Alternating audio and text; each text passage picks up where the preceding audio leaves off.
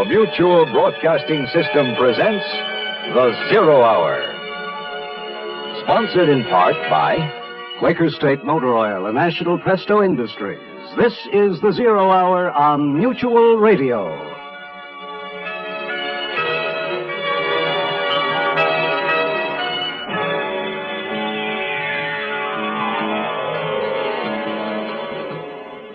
I'm Rod Serling. You're listening to The Zero Hour. Rest your eyes.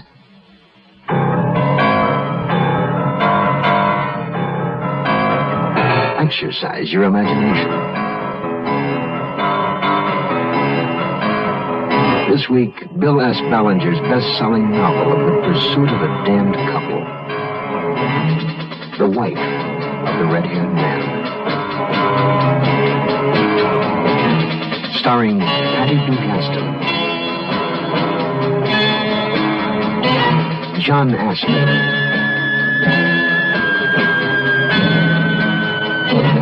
and Howard Duff.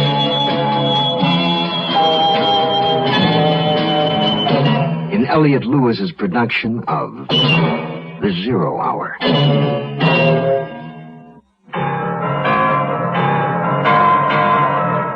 This week's story draws its title from an ancient Irish poem. Here's the last verse. But the day of doom shall come, and the hills and harbors be rent. A mist shall fall on the sun, from the dark clouds heavily sent. The sea shall be dry, and the earth under mourning and ban. Then loud shall he cry for the wife of the red-haired man. It's the tale of the hunted and the hunter, the pursuer and the pursued, the stalking of life and death. Do you believe, as I do, that the hunter and his quarry build an empathy between them, a sympathy? As the chase builds toward the inevitable conclusion, is it possible that subconsciously they become aware of each other's moves, counter-moves, plans, even emotions? There are two individuals who will tell you that's so. The poet and the cop. Picture this. A windy, rainy November night in New York City. A man about 30. His most identifiable feature, a crest of flaming red hair, stands in a public telephone booth.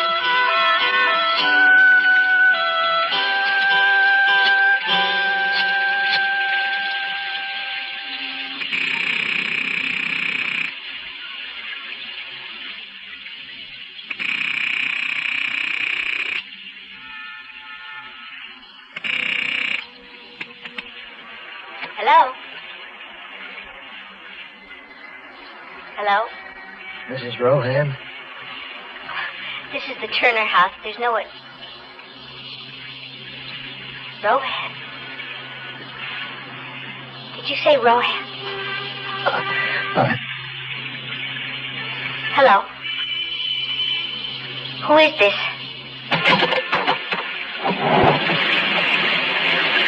The red-haired man wears no raincoat. When he pulls up his jacket collar, we see a revolver stuck into his trousers. The red-haired man walks to the end of the street, where he turns and is lost to our view. His destination is East Vanders Place, a small exclusive street near the river, where large apartments cost a lot of money. Inside one of them, a married couple, Albert and Mercedes Turner. You're very quiet.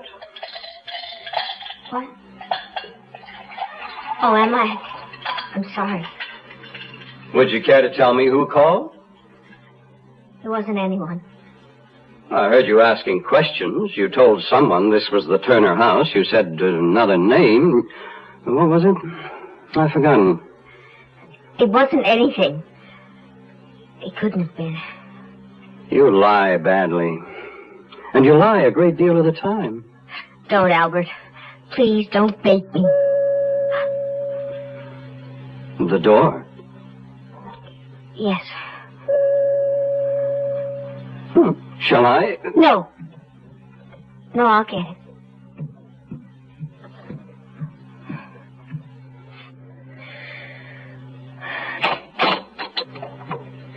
Hello, Mercy.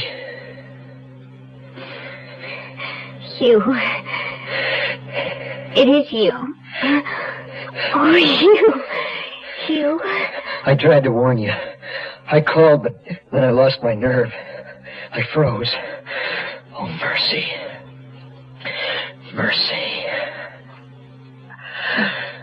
Mercedes? Who's at the door? Mercedes? Come in, Hugh.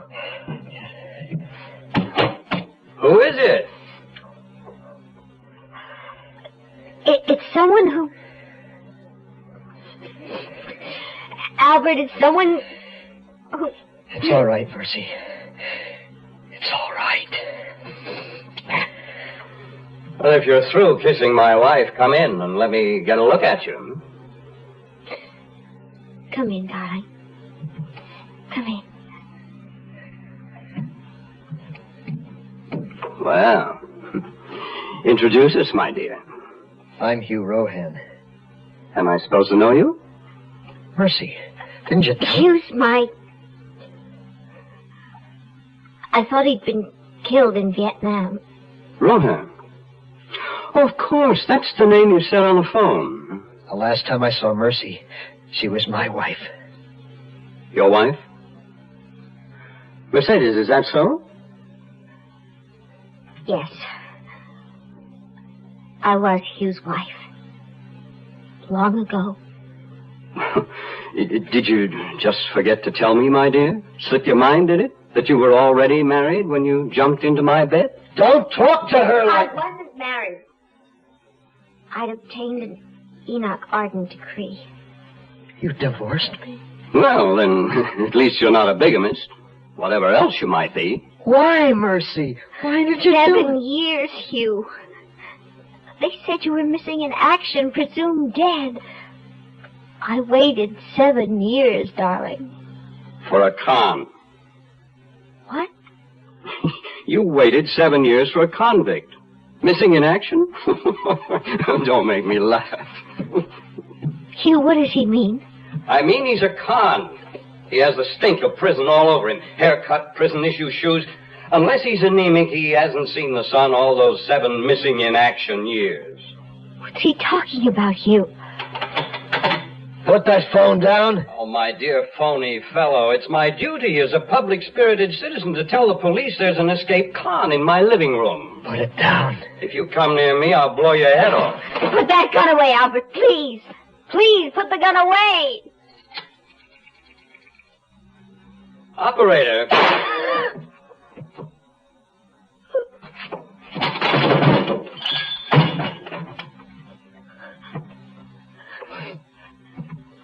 Albert? He's dead. You shot him. He was going to call the police and spoil it. I waited 7 years, Mercy. 7 years.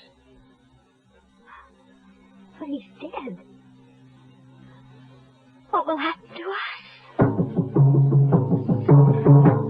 I don't remember if I'd ever seen a dead body before. But Hugh faced the matter as though it were almost commonplace. He hung up the phone, which had fallen to the floor, and then closed Albert's eyes. He would have separated us again. I couldn't let him do that. Was it true? What he said about you? No. We can't stay here. And we'll leave. You take what you need and we'll leave together. No. Not yet. What? I can't leave until tomorrow. We'll need money. Oh, yeah. All right. I'll stay with you until morning. No, you have to leave now while it's dark. Otherwise someone might see you. But what about him? We'll put him in his room. The maid comes at 10 o'clock. We don't want her to find him right away. All right. Where do you want him? His bedroom.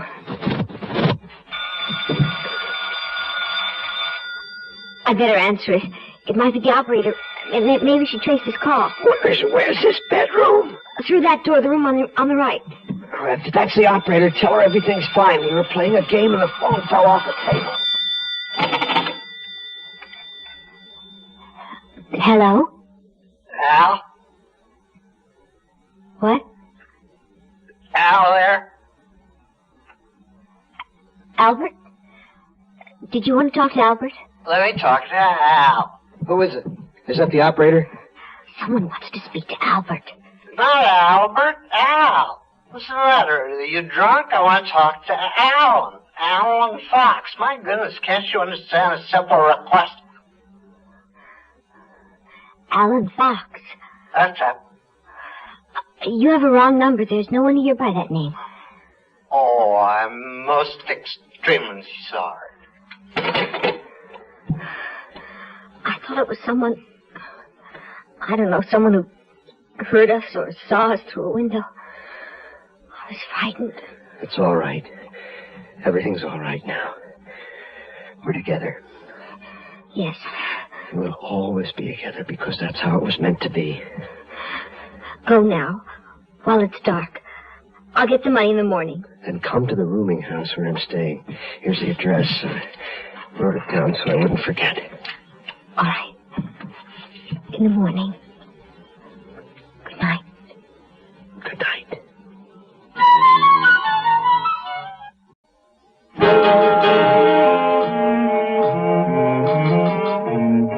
My name is Williams, detective 19th Precinct. Not every detective working on a murder in New York City belongs to the homicide squad.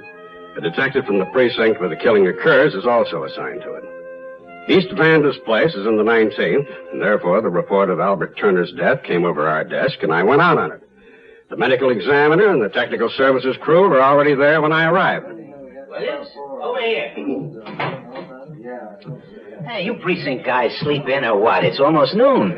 Only got it half hour ago. Went homicide here. Half hour ago. I just got there. Oh, this is quite some beautiful layout. Yeah, it's class. Real dough. Who reported it? The maid, Thelma Jordan. She found the body. Miss Jordan? Turner's her boss. She'll tell you about it. Yes, Mr. Scores. This is Detective Williams here, Miss Jordan, 19th Precinct. He'll be working with me on this. Hello. Tell me where you found Mr. Turner. Well, the poor man was in his bedroom. I thought he was asleep, lying in bed, covers all drawn up. He leave her alone? Oh, no, sir. They're married. There's a Mrs. Turner? Oh, yes, indeed. Well, where is she? Well, I'm sure I don't know. She wasn't here this morning when I came in. She at work? Oh, no, sir. She don't work. Well, isn't Mr. Turner usually up and around? Oh, yes, sir, but this morning Miss Turner left me a note. Here. Let me see that. Thelma, Mr. Turner wasn't well last night. Don't awaken him. He needs the rest. Mercedes Turner. Dr. Branch from the medical examiner's office. He's with the body. What do you suppose happened to Mrs. Turner? I can't even guess. Morning, Will. Doc? What happened? One shot straight in the ticker. Fully clothed. Suit, shoes, lying under covers. Tell me, Doctor, did you close the eyes? No, but somebody did. Who? His wife? Remind me to ask her when we find her. Also, how come she didn't notice a dead husband in the bedroom? This is a man's room. Apparently, they have separate bedrooms. How long's he been dead? It's a guess. I'd say since around midnight. Another guess for you, Doc. Possible suicide? Negative. No powder stains in the front of his shirt. There's at least none I can find without a microscope. Besides, when There's no gun. That's right. There is one. We haven't found it yet. Another thing, you'll notice that not much bleeding. Probably shot someplace else, then placed in the bed. Any idea where? Possibly. The technical boys found something in the living room. Oh? What? Possible blood stain on the rug. They clipped the sample and they're going to check it. Near the bar by the phone. Yeah. Shot as he was calling someone? Maybe. You know, when I got here, this chair had been pulled up to cover that stain. The boys nearly missed it. Yeah. Oh, Miss Jordan? Yes? Listen, does Mrs. Turner have a book where she keeps phone numbers, stores, shops, beauty parlor, places where she might be this morning? Yeah, I'll get it. And would you check her things for us, see if anything's missing? Yeah, right away. Where do you suppose she is, Will? I don't know. Can't even guess. Think maybe something's happened to her? It's possible, Scores. It's very possible.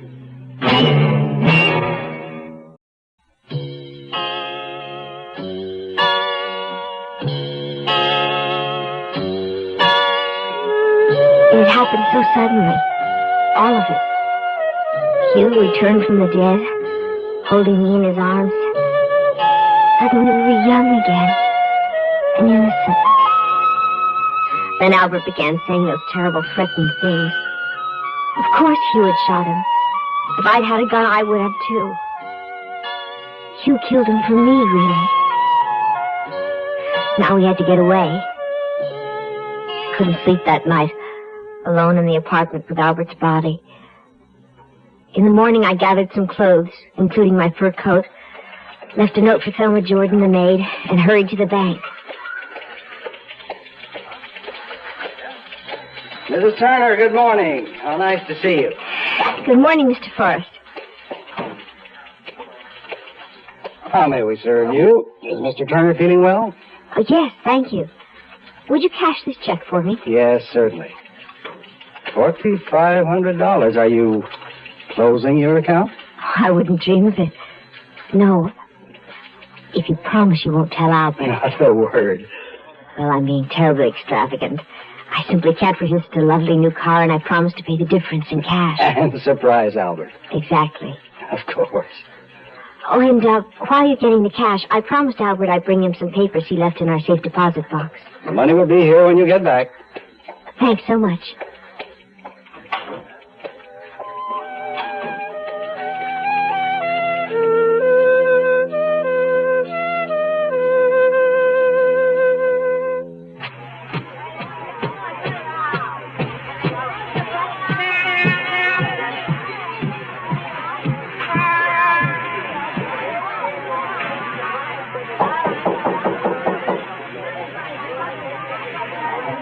Hugh?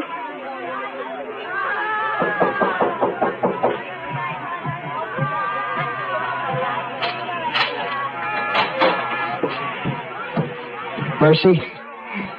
Oh, Mercy. Oh, Hugh. Come in. Leave the bag where it is. Here, let me have your coat. Where have you been? I thought it's too good to be true. She's gone to the police. She's told him what happened. No, darling. I withdrew money from the bank and took my jewelry from the safe deposit Doesn't box. matter. You're here. That's all that's important. 7 years, Mercy. I waited 7 years to be with you. 7 empty years. I just don't seem to be able to function without you. Hugh,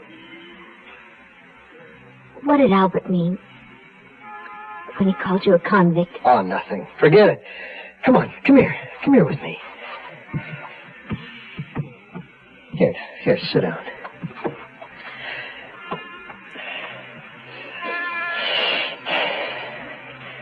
Was it terrible? All those years? I told you, I'm not complete without you. Oh, Mercy. We can't stay here, darling. The police will be looking for us. I know.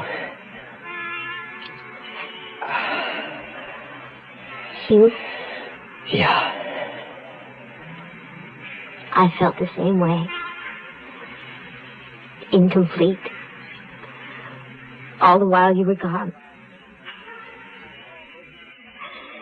You're all I've ever really had, my darling. You're everything that makes me warm and soft. Oh, Hugh. There's certain procedures you set in motion after a homicide. You look for the deceased's enemies. You question everyone who might know something about what happened at the time of the crime. You make sure the lab is checking fingerprints and possible blood stains, lost bits of hair, anything and everything. My job is trying to solve a puzzle. When you first begin, there's nothing there. Yes, sir, I certainly will. Hey, who was that? The commissioner. Want to know what we have. They're asking questions upstate, you know. Well, tell me, Will. What has the 19th been able to come up with, and how long? 6 hours since we got the call? Well, we have a dead man and a missing wife. I called the phone numbers the maid found for me, beauty parlor and such. No one's seen her for the last day or so. The lab's pretty sure Turner was shot in the living room. They think that bloodstain near the phone will match his type. That's great. Turner shot in the living room near the phone. With a bullet in his heart, he walks into the bedroom and gets settled down under the covers, which is where he expires. Which leaves us at square one. Someone shot Turner in the living room, carried him to the bedroom, shut his eyes, then left the premises for who knows where. That someone being Mrs. Turner, huh? That's all we have at the moment. Well, maybe we got a little more, Will. What do you mean?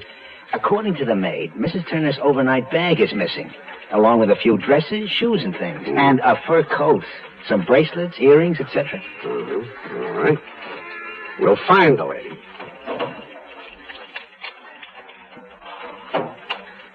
Mrs. Mercedes Turner. Last seen when? Last night? Yeah, as far as we know. Carrying an overnight bag, wearing a fur coat. Let's see, height. You got a picture of her? From the apartment, you mean? Yeah, from the apartment. Every dummy in the world has snapshots. Weddings, picnics, holidays, trips, whatever. Not this lady. What? We tore that place apart, Will. There is no picture of her. We're putting out on all points for Mercedes Turner, and we don't have the faintest idea what she looks like. Because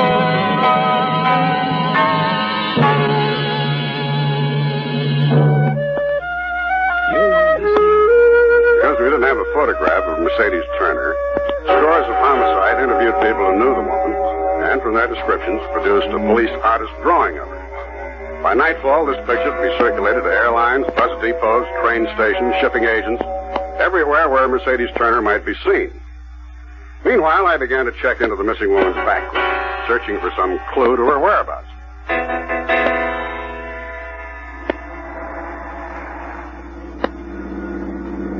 Mercedes Turner's maiden name was Clinton. Her home had been in Mountain Forge, Connecticut. I drove up there.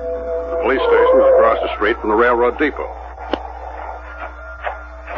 I parked and went inside. As an out-of-state officer, I needed cooperation from the local police. Excuse me. I'm looking for Chief Novak. Speaking to him. You the officer called me from New York? Wiggins, that's right. Long did it take you? Less than 3 hours. Too close.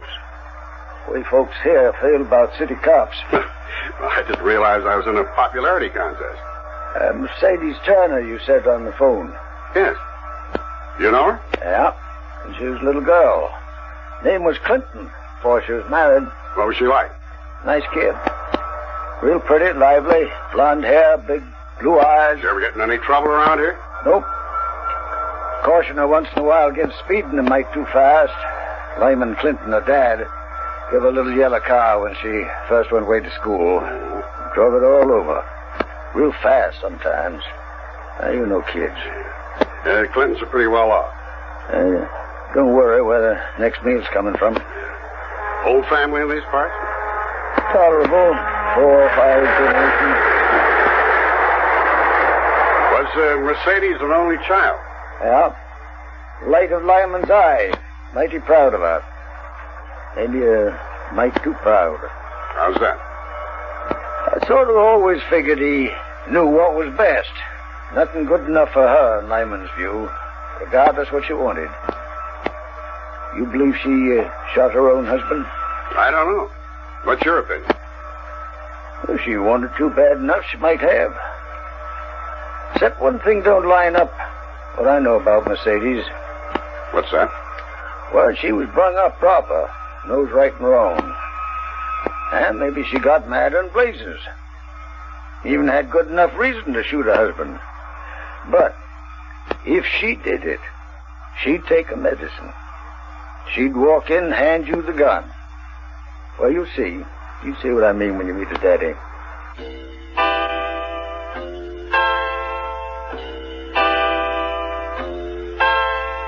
We left Hugh's terrible little room hand in hand, like young lovers off on an adventure. I knew we had to get out of the city, and so did Hugh. We took a bus across the river to Jersey City and got off on a bleak street lined with used car lots, garages, auto parts stores, crawling and sprawling beside one another. We bought an afternoon newspaper, ducked into a shabby little diner, and ordered coffee. Here it is, see? They found him. Yes. But they don't know about you. They're looking for a woman alone. They're looking for me.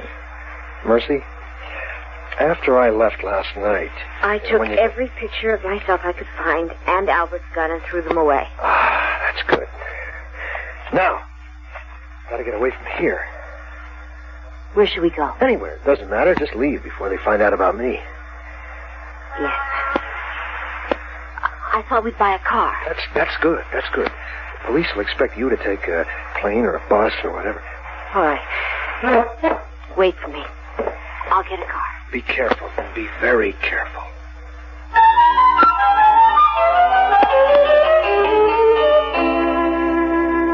I'm going to get you. Chief Novak and I had lunch, and then I called New York and talked to Scores. He got me all points bulletin out on Mercedes Turner with her description, and was in the tedious business of checking out everywhere she might have gone. Friends, neighbors, stores, everything. So far, he'd come up empty. The woman had simply disappeared. I was approaching the puzzle from the other direction, trying to find a connecting thread from her earlier days. Chief Novak drove me out to her father's house. A big old farmhouse set back from the road by a twisting gravel drive. Huge trees towered over the house like great leafy umbrellas.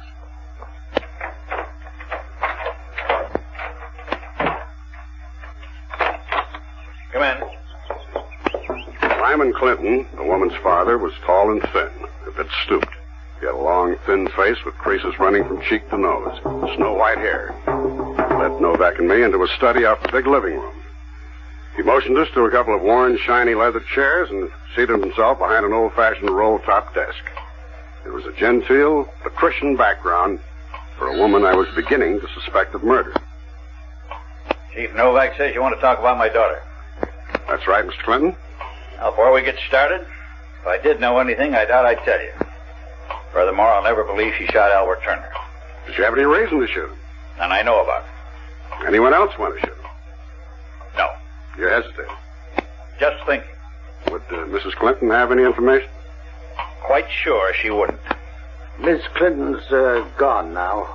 Buried better than 5 years. I'm sorry, I didn't realize. When was the last time you saw your daughter? A couple of weeks ago. Dinner one night in the city. You see her often? My daughter and I are very close. Sometimes she comes up here, or else I go to New York. When did she marry Albert Turner? A little over a year ago. Do you have a picture of her? No. Not even a wedding picture? You heard me. I don't like pictures. Well, there's one over there. Mrs. Clinton? Yes. That's the exception. And if you had a picture of Mercedes, you wouldn't give it to me anyway, would you? Williams, I think maybe we better move along. Mm-hmm. All right. Thanks for your time, Mr. Clinton.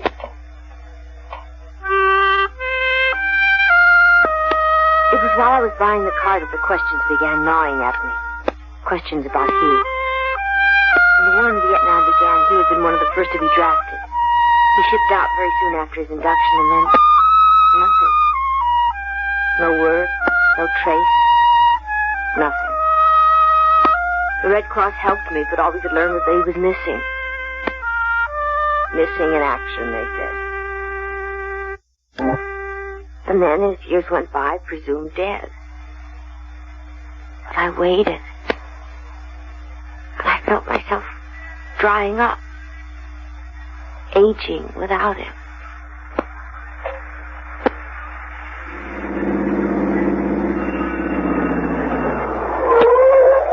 Is this the car? It's not bad. This is it. What name did you use? Mrs. Walter Brewer, Trenton, New Jersey. Slide over. I'll drive. Do you have a license? You've been away a long time. Yours isn't good now either. Has your right name on it. What's the difference? If we're stopped, that's it for both of us. Yes.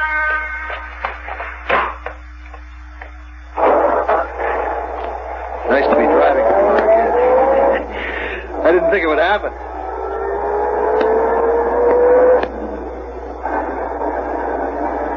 Where are we going?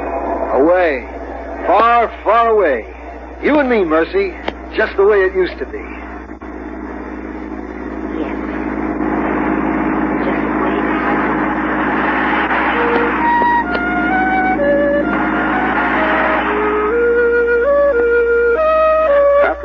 Mercedes Turner's father, Chief Novak had someone else he thought I should see. A woman, Clara Goldwater, who'd been close to Mercedes in high school. Clara was married now, wife of a foundry worker in Mountain Forge. I'll wait here. Their home was a squatting, shapeless bungalow in a shabby, genteel sort of neighborhood. You've seen a million places like it.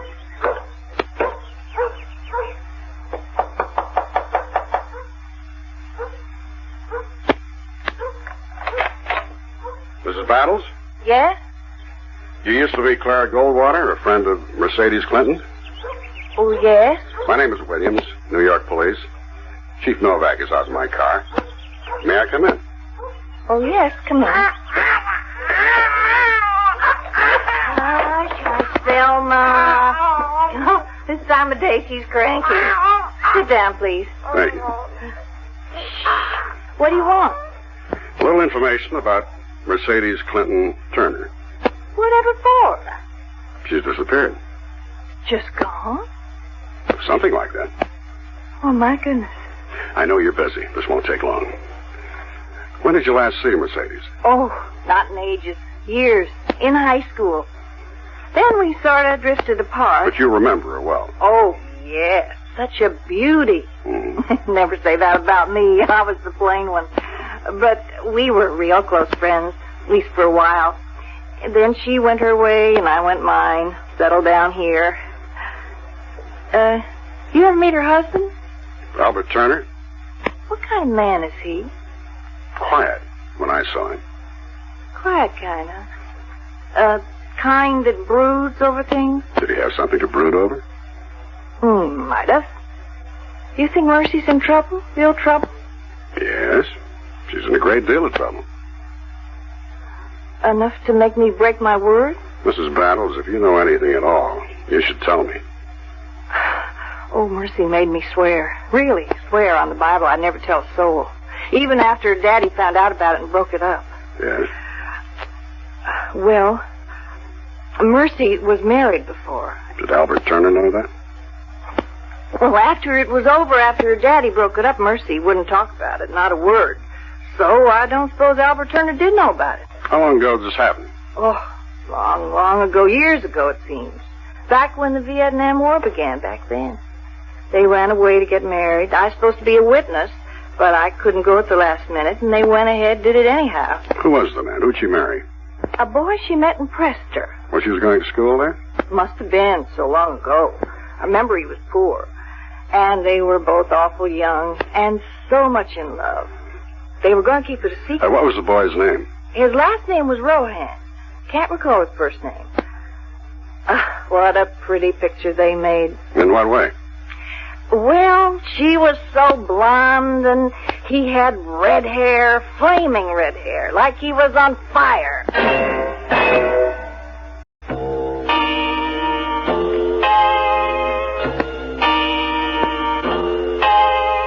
Hugh drove carefully, partly because he wasn't used to being behind the wheel, and partly so he wouldn't do anything to make a policeman stop us. We drove south without even discussing why. I found myself staring at him.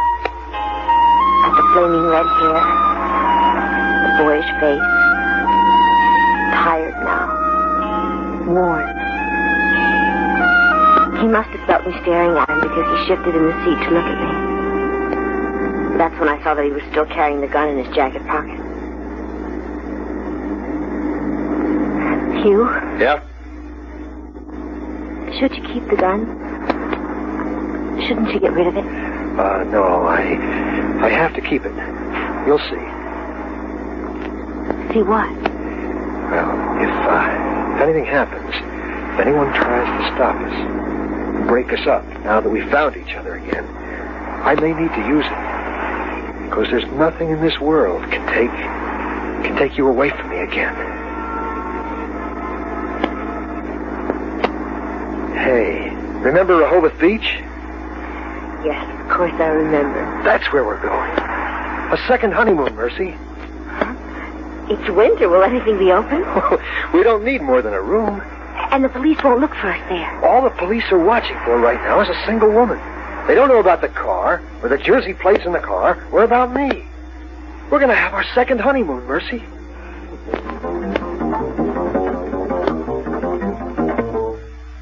According to Clara Battles, Mercedes Turner had met her first husband while she was a student at the Bentley Collegiate Institute in Preston.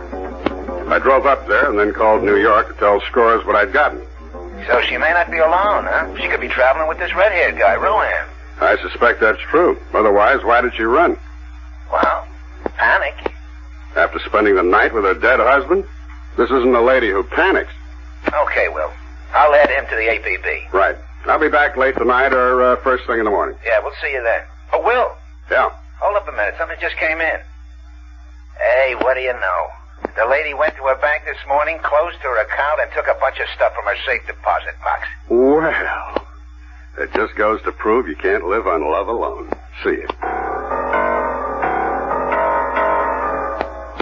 I pride myself on my ability as a police officer. I like my job, and I think I do it well.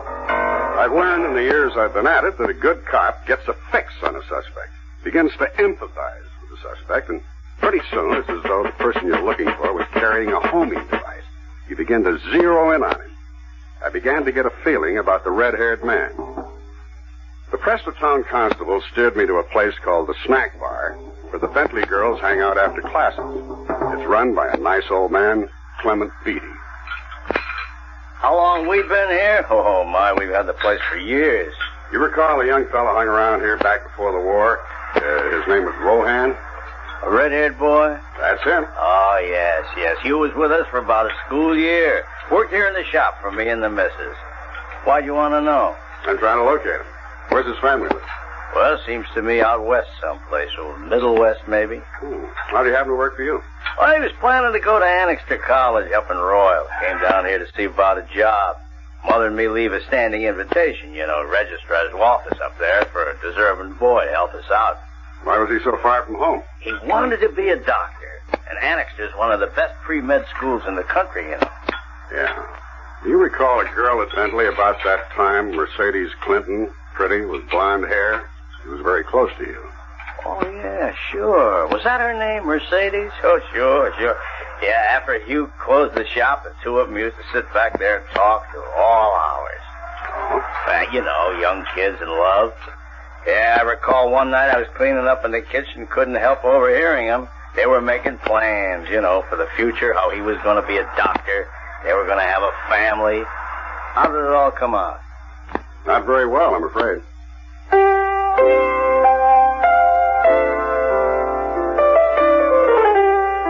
We rented a tiny cabin at Rehoboth Beach, close by the water. And that night we slept in each other's arms for the first time since you'd gone off to war.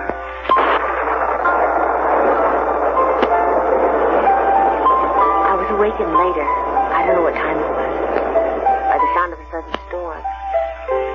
And lying there, I was aware that she was also awake. Mercy? Yes, dear. Why'd you marry Turner? Did you love him? No. Not ever. I married him because... I don't know. You didn't love him? Never. In fact, for the last few months, I've hated him. And wondered how to get away. But you married him. Yes, dear, I married him. Because there no longer was you, and all I wanted from life was to be protected. I didn't want love or pain anymore.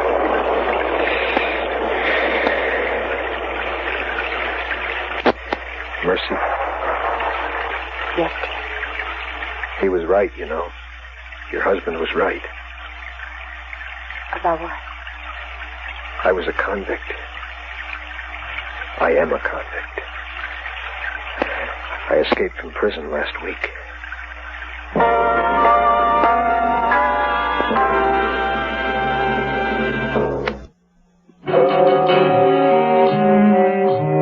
I drove back to New York late at night after my Connecticut scouting expedition. I found that Mercedes Turner and a young red-haired man named Hugh Rohan had been in love and had gotten married. This confirmed my growing feeling that someone had been with Mercedes Turner when her husband had been murdered. Someone who was with her now as she ran from us. In the morning, Scores was waiting for me with additional medical examiner reports. Albert Turner was shot with a .32. One shot through the heart. Anything on that carpet stain? The one in the living room? It's Turner's blood, all right. So that's where he was shot. Fingerprints? Well, someone cleaned up pretty well, the lab boys feel. You don't say. Yeah, they lifted prints on Turner, the maid, Mrs. Turner, some unidentifieds. But the doorknob, bar surface, phone, all clean of any prints. That it? No, one thing more. They picked up a strand of red hair. Texture indicates it's a man's. Now, Thelma Jordan can't recall any visitor to the apartment who had red hair.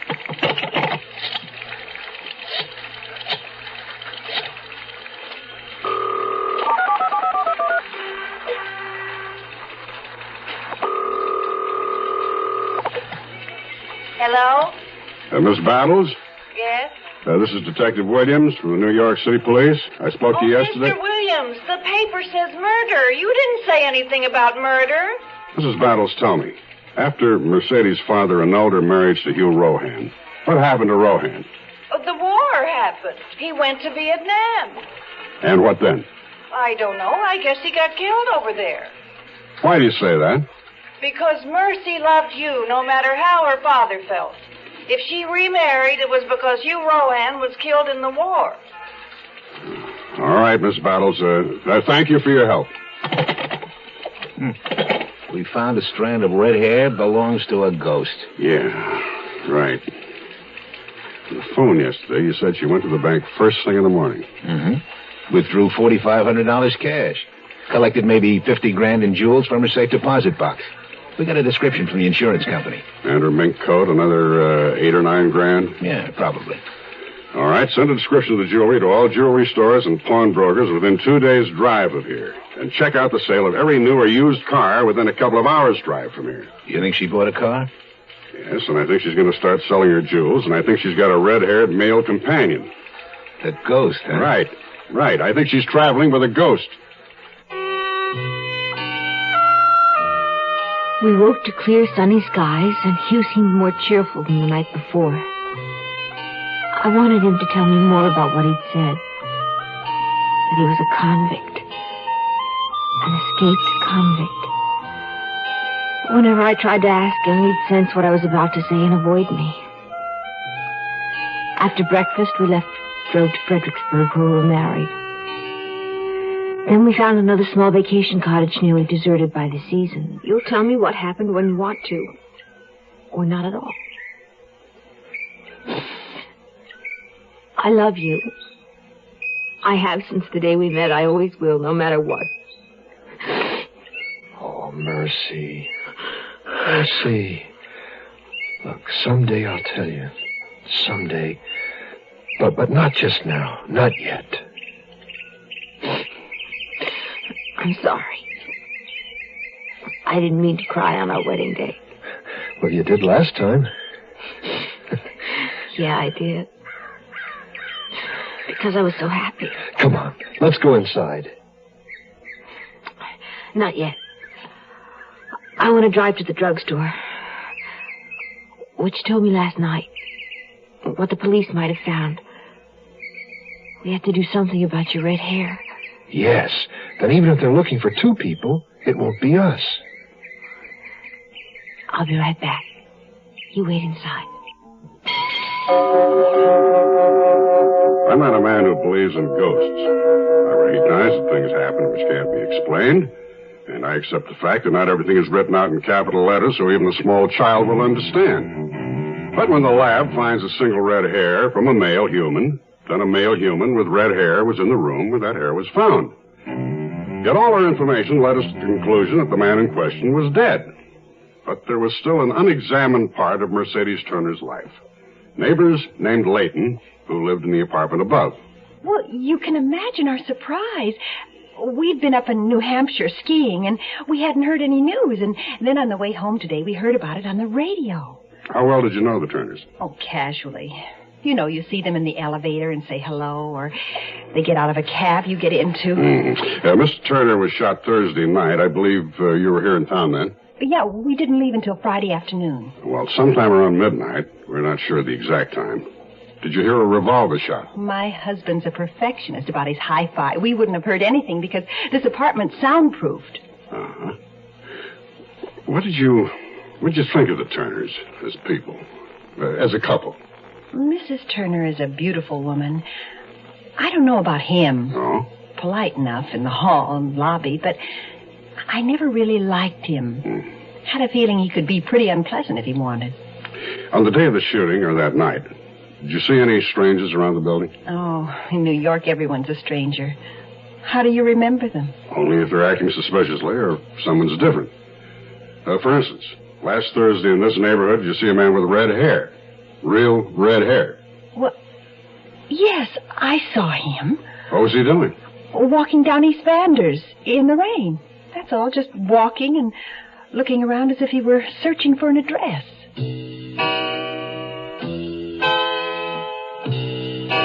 Dyeing Hugh's hair brown changed his appearance remarkably. But very subtly, his attitude had also begun to change. Perhaps it was because my memories were of a younger, more innocent time, when the future was spread safely before us, ours for the taking. But by the time we left Fredericksburg, he'd become shifty, suspicious.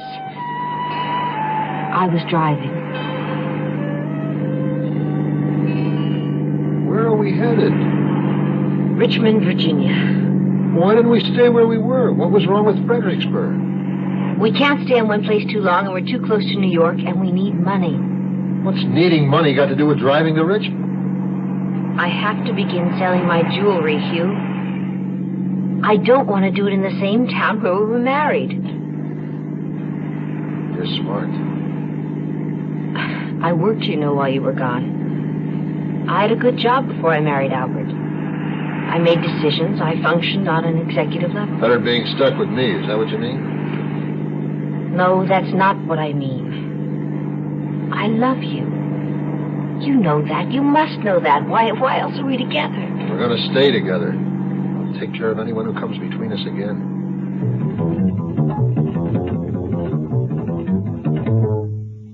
In Richmond, I found a company, the Dixie Jewelers, which bought and sold old jewelry. The man was nice and honest, but I was shocked at what I received for my cluster diamond earrings.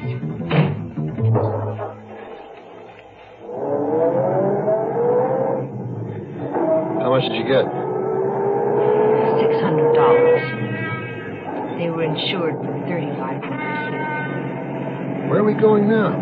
You decide. You tell me where you think we should go. Mexico? We can get into Mexico and live there together. They'd never find us. Do you speak Spanish? No. Well, I don't either. You'd be terribly conspicuous. Well, then you decide. You pick a place. Just so we're together, that's all I want. That's all that's ever mattered to me. Do you think everything's going to be all right? Why do you ask? Aren't you sure? I don't know. I'm no longer sure of anything. Those years and all those years, they take it away from you.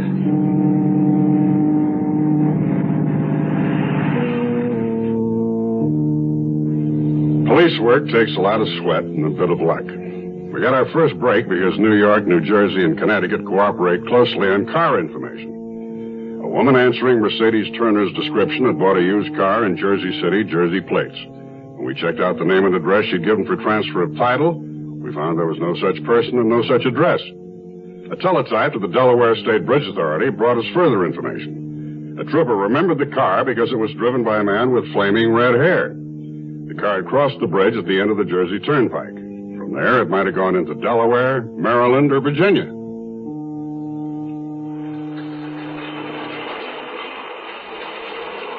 Put out the car description and the Jersey plate numbers. Good. So there really is a red-haired man, huh? No ghost, a real live person. Hugh Rohan. I checked the registrar at his college. Annixter? Right. Got his records. Applied for entrance 1964 pre-med. Excellent grades, high school, Germain, Illinois. Lacking credits in Latin and chemistry, admission denied. Which isn't unusual for students from small-town high schools. Well, how'd he make it up? Tutoring, usually. And that's what happened to Rohan, huh? No, didn't have the chance. Wasn't in school, so he was eligible for the draft. Oh, lousy. Instead of going to Annixter, Rohan went to Vietnam.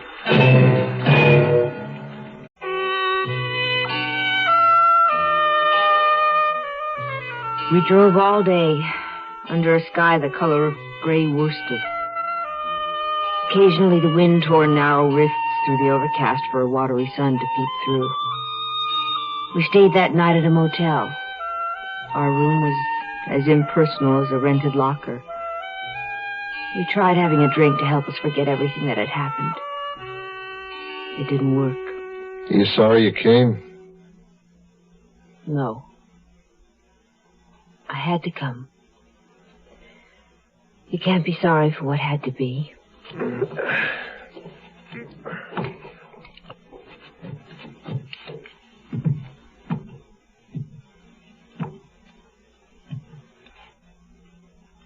It's dark out. Yes. What are you listening for? Do you believe in extrasensory perception? I don't know. Sometimes, maybe. But it'd take a lot of proving. I had a feeling this afternoon, sudden, sort of peculiar, odd, like intuition. A message said, the chase has started.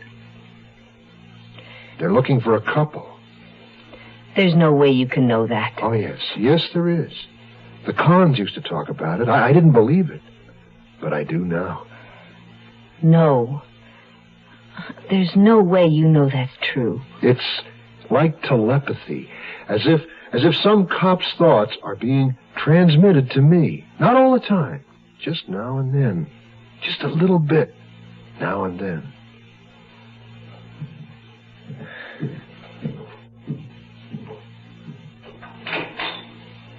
Where are you going? There's a car parked out there. Michigan plates. I'm going to get rid of our Jersey ones.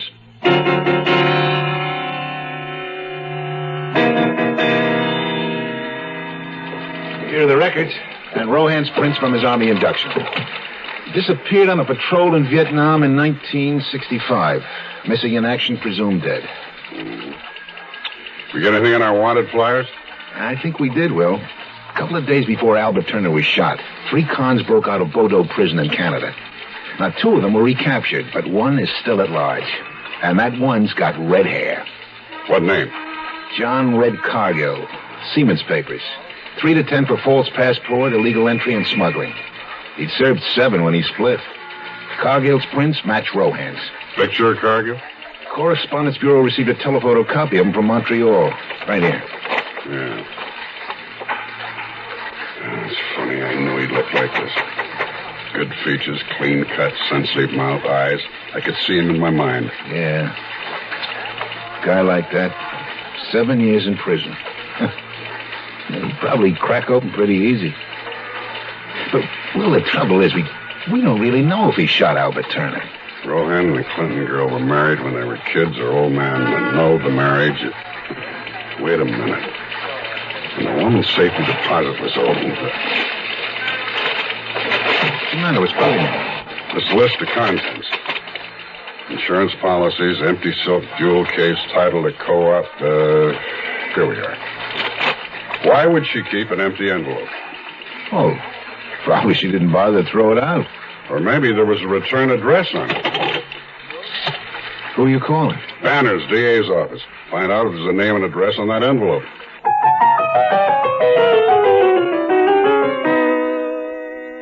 We didn't stop again until we reached Kansas City. We had run from the Atlantic to the Midlands. Hugh's mood varied from moment to moment. Sometimes he was cheerful and optimistic, and I had hopes, against my better sense, that perhaps something would work out for us.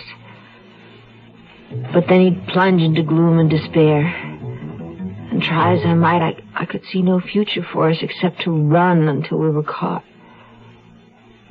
Perhaps he felt the same way in that hotel room. Oh, Hugh, please put that gun away. I need it.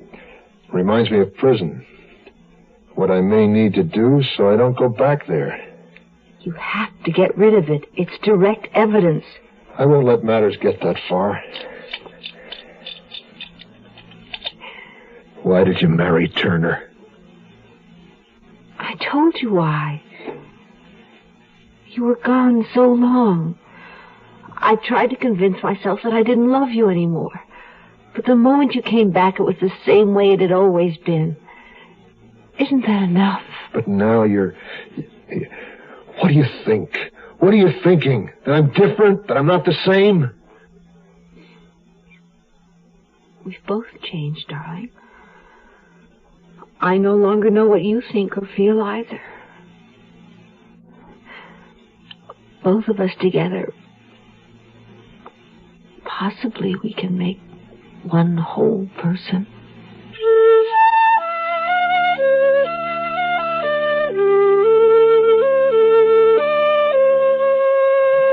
Banners in the DA's office gave me the name on the empty envelope we'd found in Mercedes Turner's safety deposit box, Sayer and Bates Attorneys.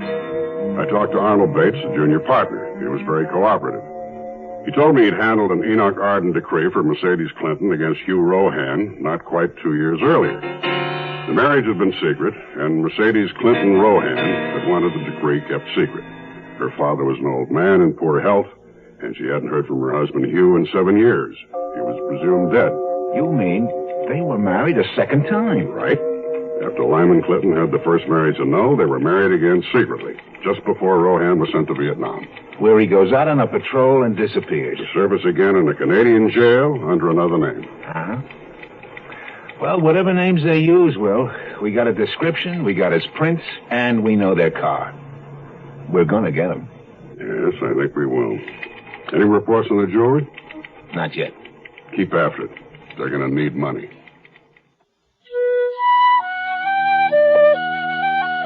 Time is what's needed in police work. Time for lab work, time to check out clues, time to find witnesses. It's time to get replies to the hundreds of flyers that are put out to locate stolen or missing property. 2 weeks after Albert Turner's murder, the Missing Property Bureau called me regarding a batch of jewelry bought by a New York wholesaler. One of the items was a pair of diamond cluster earrings sold to the New York outfit by a shop in Richmond, Virginia.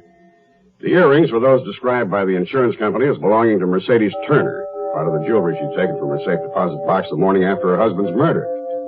I flew down to Richmond to talk to a man named Town who'd bought the earrings from the Turner woman. You'd look at this sketch, please, Mr. Town. Does the woman seem familiar to you? Yes, sir, it looks like her, sort of. But, the first gentleman I talked to in New York mentioned the name Turner. The lady I wrote out a check to was a Mrs. Brewer. As soon as the check clears, I'd like a copy of her endorsement. Compare it with our suspect's handwriting. Make sure we've got the right person. All right. I'd be pleased to help you. How'd the lady react to the money you gave her? Was she disappointed, you suggested? She was indeed. But then they always are, you know. Person don't take into account markup and resale prices and so on and so on. She was disappointed, I'd say. But she accepted your offer. Oh, yes. We've a good reputation, whether she knew it or not. I offered her a fair price, and after a few minutes of debating with herself, she accepted the check. Was she alone? Or was there a man with her? She was alone, sir. If someone was with her, he stayed outside because she was alone.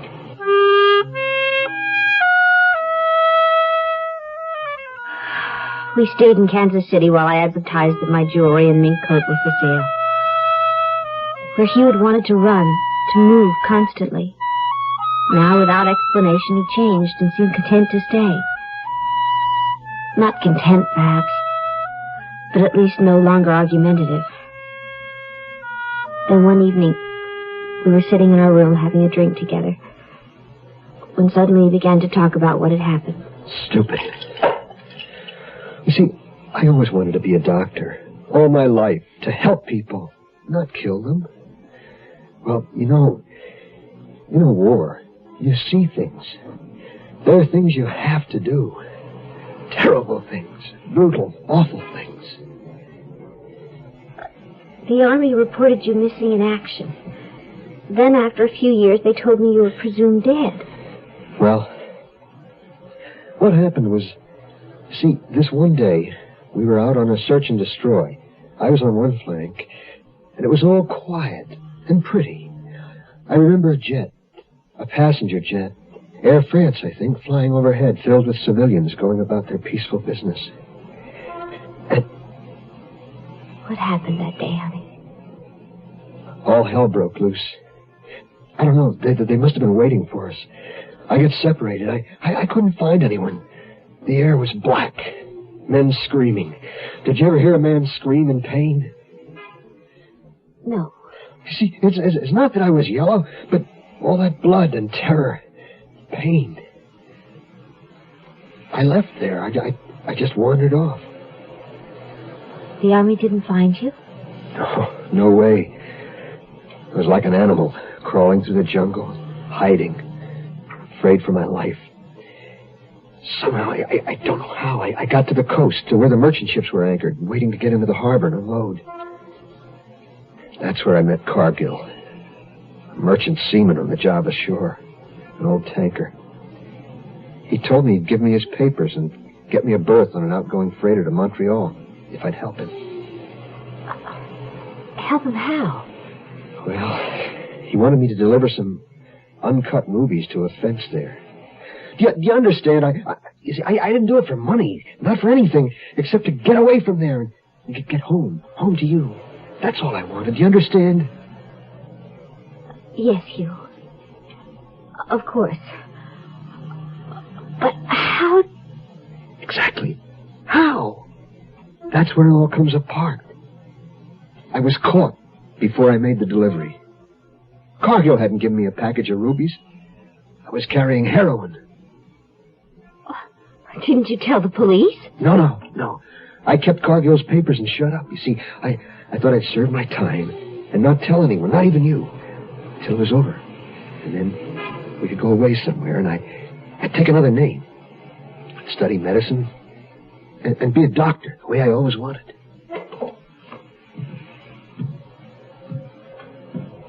Look at me, Mercy. Yes, dear. Is it too late? I don't know. You don't blame me? No. In New Orleans, there's a man who can get us passports, but it's expensive. We'll sell more jewelry. And someone will buy the coat. He's after us, you know. Who? A cop. I told you, I know when he's onto something. It's like the two of us are connected. Hugh, he may be after us. We don't know what they found out. I'm going to paint the car blue. And going to get another set of plates. I'll be back.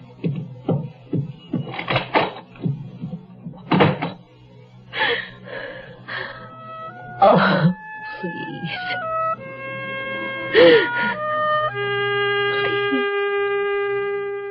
After we recovered the earrings, I guessed Mercedes Turner would confine future sales to private parties. If she'd been as upset as the jeweler described her over not receiving a retail price for her merchandise, she'd advertise and take her chance on private buyer sales. That would also apply to her fur coat. One thing for sure, they were going to need all the money they could get their hands on to keep running. I judged they might have gone south from Richmond. I figured it was more likely they'd head west to get as far away as possible from New York. I arranged with the Bureau of Information to subscribe to a clipping service covering 18 cities. Places like Louisville, Kansas City, St. Louis, Oklahoma City, through the area where I figured they'd most likely be. We wanted to look in the personal columns of those local newspapers at items for sale. There was a 3-day lag before the first clippings arrived. Scores and I began wading through a box of the stuff. Oh, boy. Never realized so many people had so much stuff for sale. Wearing you down, huh? Well, it's beginning to, Will.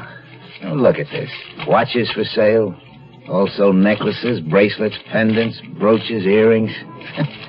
Anything your heart desires is from sale, from coast to coast. And this. Mink coat. Turner woman had a mink coat.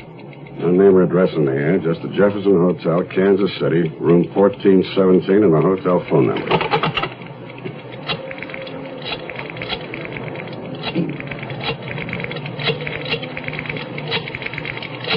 You suppose it's them?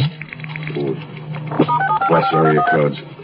No way you can tell where the double the call's coming from.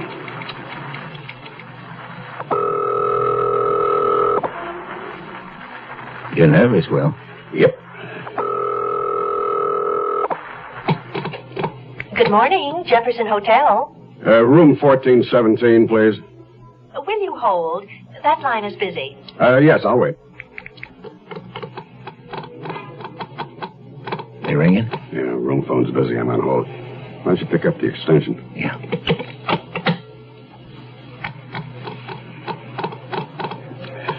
I can ring your party now. Thank you.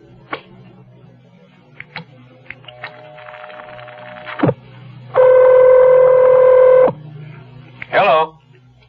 Room 1417? Yes?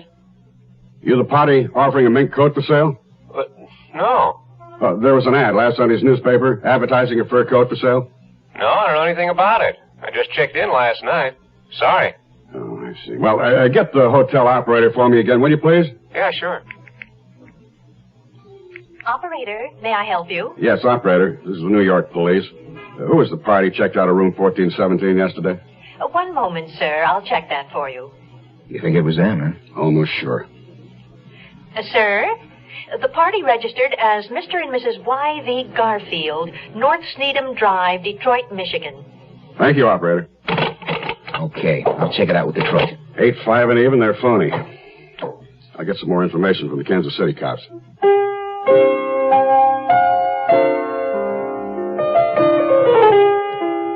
We stayed longer in Kansas City than we planned. We moved from hotel to hotel, running ads in the paper, and I sold off my jewelry piece by piece. Winter held Missouri in a bleak embrace. The city tried to cheer itself with holiday decorations, strings of lights and vivid displays from the plaza to the downtown area. But the approach of Christmas brought little joy to Hugh or me. It was then that he began to disappear for hours at a time. I assumed he was walking or reading in the library. Anything to be out of that confining hotel room. You the store manager? Your assistant, Davis. The sign in your window for help? You need a stock boy, $2 an hour. I'll take it, Mr. Davis. What's your name? Tufts. All right, Tufts. Full or part-time?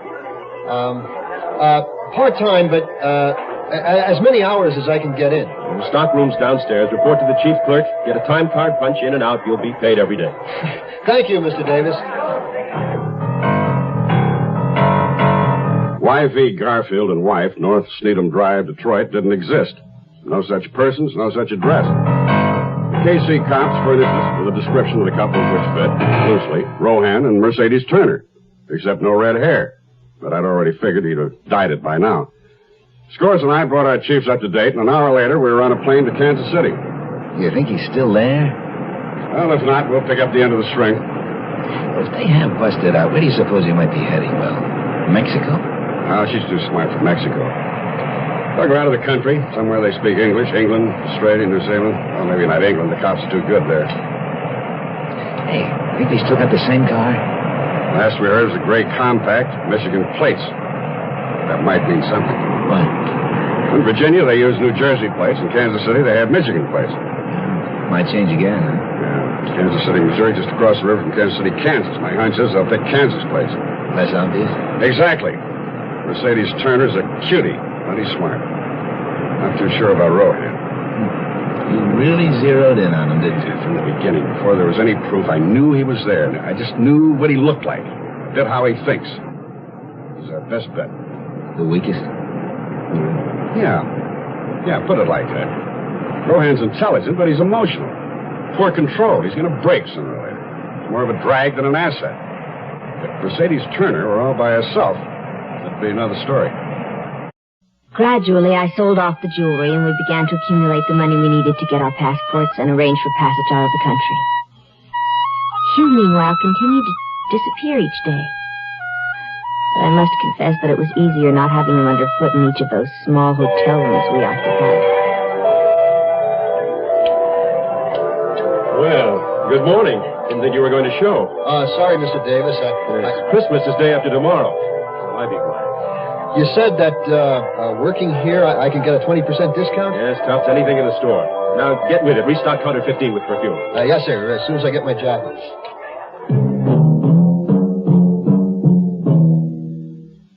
We arrived in Kansas City before noon. The local cops gave us plenty of cooperation. We started checking hotels, big and little, good and bad, a million of them. At some of them, they remembered a couple staying a few days, running an ad to sell jewelry, then checking out. At the Jefferson, there was an unclaimed letter for the Garfields from a Mrs. Arms, return address in Kansas City. I went to check it out, but nobody was home. Downtown garages were covered for a 3-year-old gray compact with Michigan or Kansas plates. By then, it was dark. Walking to our hotel, I passed a big super drugstore. I needed some things, went in, walked back toward men's toiletries. Can I help you? Yes, I need a shaving kit and some blades. How about a new electric razor? Just blades, cream, aftershave. Something wrong? The man over there by the perfume counter. From the stockroom. Has he been here long? Most of us are extra help for the Christmas rush. Is there anything else? No, I don't think so. Hey, where'd he go? Why, back to the stockroom, I guess. Where? Where's that? In the basement. Hey, your things! Don't you want them? A guy just come through here? Yeah, tops like a rocket in his tail, same as you. Which way? The alley.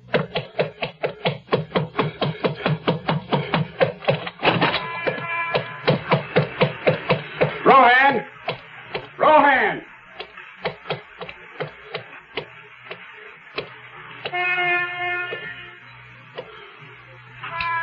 Lost him.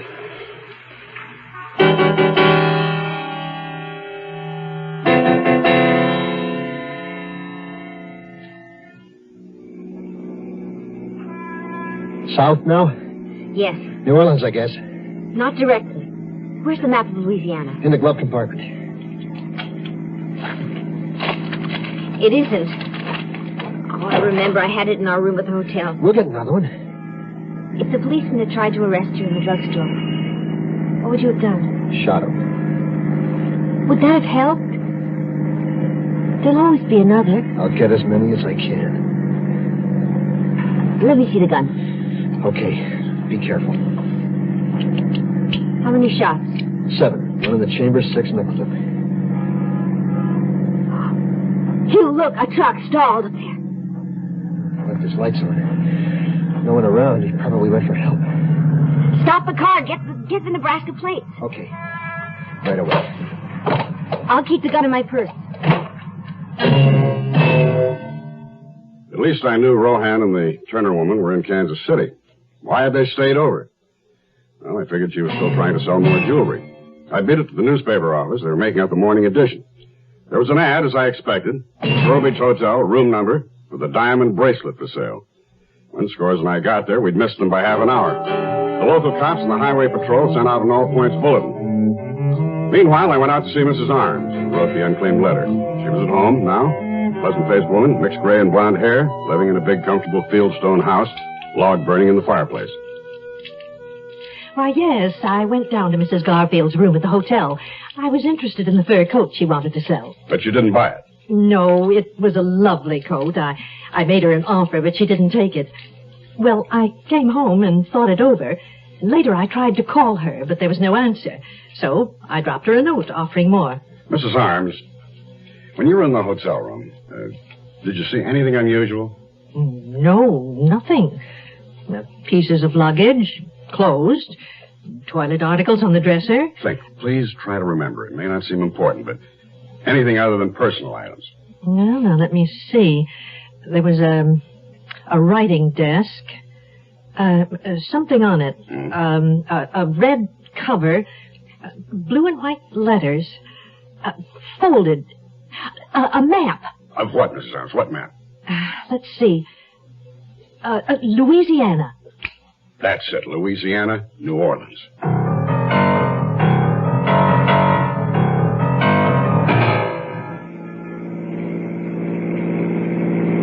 What town is this? I don't know. How far are we from Kansas City? About 40 miles. I'm worried. They must have roadblocks up further down. We just keep going until we hit them. No, wait.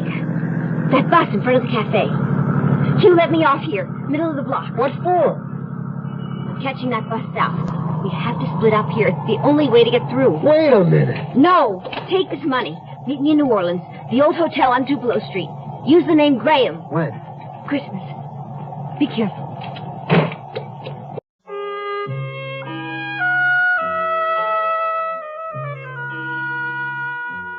I'd been right. Roadblocks had been set up on highways leading to New Orleans. But the police were looking for 2 people in a gray compact car. And the bus I was on was stopped only long enough for an officer to question the driver. Hugh was waiting for me in the nearly deserted hotel on Tupelo Street. He was in bed, his temperature raging. He seemed fuzzy with his fever, although he did struggle out of bed to greet me. So glad to see you.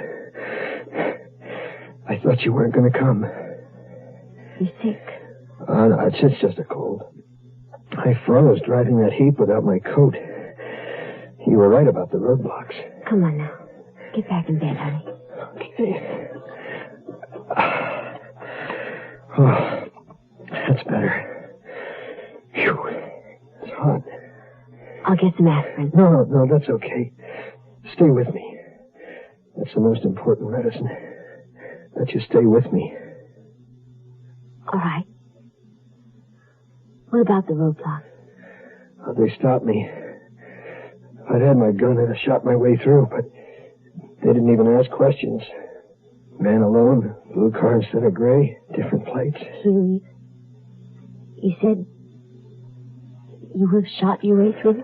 I told you, Mercy, I won't go back, and I won't be separated from you again. Here. Christmas present for you.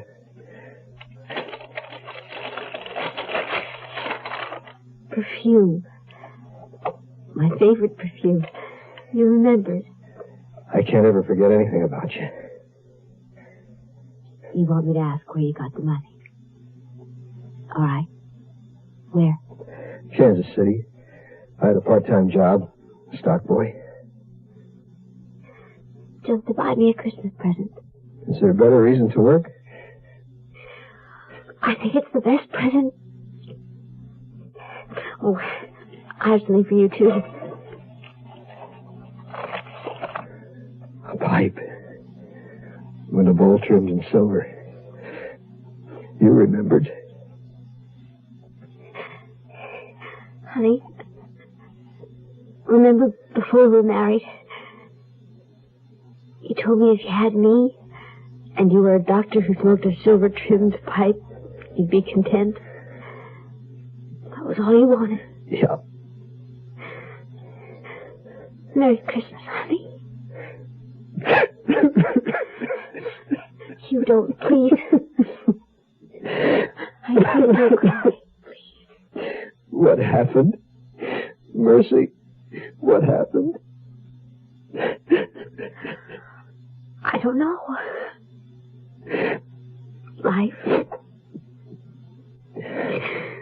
Life happens. It's so unfair. Yeah. Mercy. You remember I told you that I knew what the cop was thinking? Do you remember? Yes. Well, we got through the roadblock, but he hasn't stopped. He's on to us. He knows what we're planning. Yeah, no, he's going to find me. And you know? Hugh, please. Shh, please. When he finds me, I'm going to kill him. Rohan and the woman got through the roadblock somehow. They probably repainted the car and changed plates once again. Split up, perhaps. Only one of them was in the car when it passed the block. Stroh's line went straight into New Orleans. I knew my man by then well enough to know that he needed a port city from which to escape the country. Now, they'll ship out from here. Yeah. Well, they'll sure have a fantastic selection of ships. They're all covered. Every ship, boat, plane, bus, everything's covered. Well, you know, Will, you're assuming they're here in New Orleans. They're here. I'll tell you something else. I'll be looking for passage to an English-speaking country, someplace where they won't be conspicuous. So, what's the game plan? We're here. Sitting wait. They've got to move. They can't stay. And the moment they try to leave the city, we've got them. Murder one.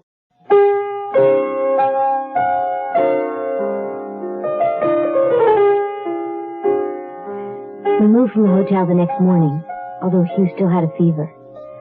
I found an old rooming house, a private place the police would overlook. We were the only paying guests. It was a marvelous old home run by an ancient southern lady who appeared too frail to keep up such a place. But she cleaned and cooked and tended her overgrown garden. And for 2 weeks, Hugh and I didn't stir from that house. Finally, of course, Hugh had to make contact with Bert Crossley, the convict he'd known in prison. The man who'd get us our passports. We were disappointed to find that Bert was back in prison. But he had a brother, Fritz, who owned a bar just outside the Vieux Carré, and might be able to help us. Hugh went to see him. Friend of Brother Bert, huh? Come on back to my office.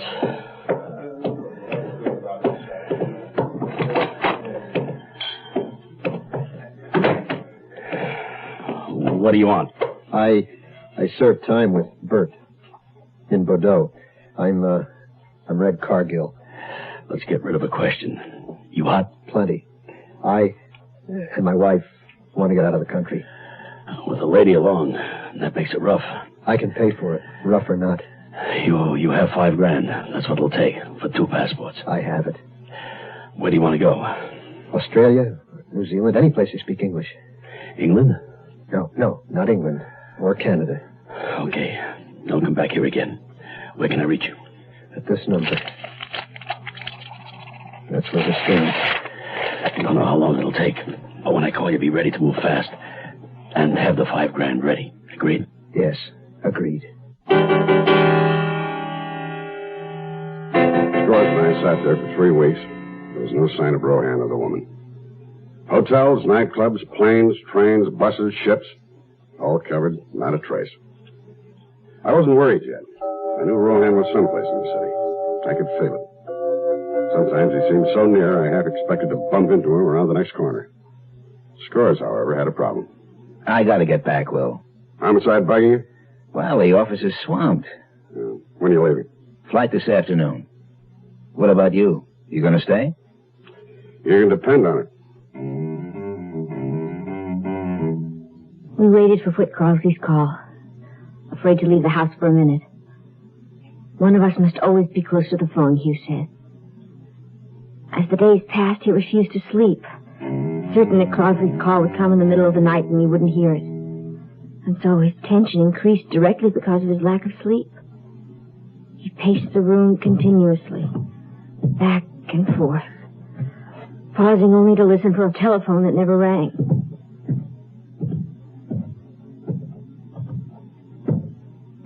Please, honey. Please lie down. Has that cop gotten to him? Is that what's happened? How could he? Because he knows what I'm doing. I told you that. I told you he knows everything I think, every move I make. Hugh. Hello? Cargill? Mercy, it's him. Listen. Yeah. Get down here right away. You're leaving in an hour. Just you. But my wife. Listen, no time to waste. Can't get you to Australia, but a ship I know. They're standing off. Gonna drop a crewman for an emergency operation. I can fix the captain. Where to? Ireland. You better take it. The ship's not berthed here, but I can get you aboard in the launch. She's got a day's call at Miami, and your wife can join you there. Percy? Take it. It's a good idea. Okay, I'll be right down. After Scores left, I spent my time haunting the docks. 100 times I thought I saw them, walking along the street or hurrying out onto a waiting ship, but it wasn't them. And gradually, a strange feeling occupied me. I lost the conviction that they were in New Orleans. Somehow, in some way, I felt certain they'd eluded me, slipped away. But how? How had they accomplished it? I made one last circle, walking from pier to wharf, covering as much of the waterfront as I could. One last time. Then, tired and thirsty, I stopped in a small bar, a place where seamen hang out. I met a Jamaican, a wiper. Bought him a drink. Charles. Oh, need this drink, man. Just out of the infirmary, appendicitis. Rupture. That's rough. Captain had to set me shore between Galveston and Miami.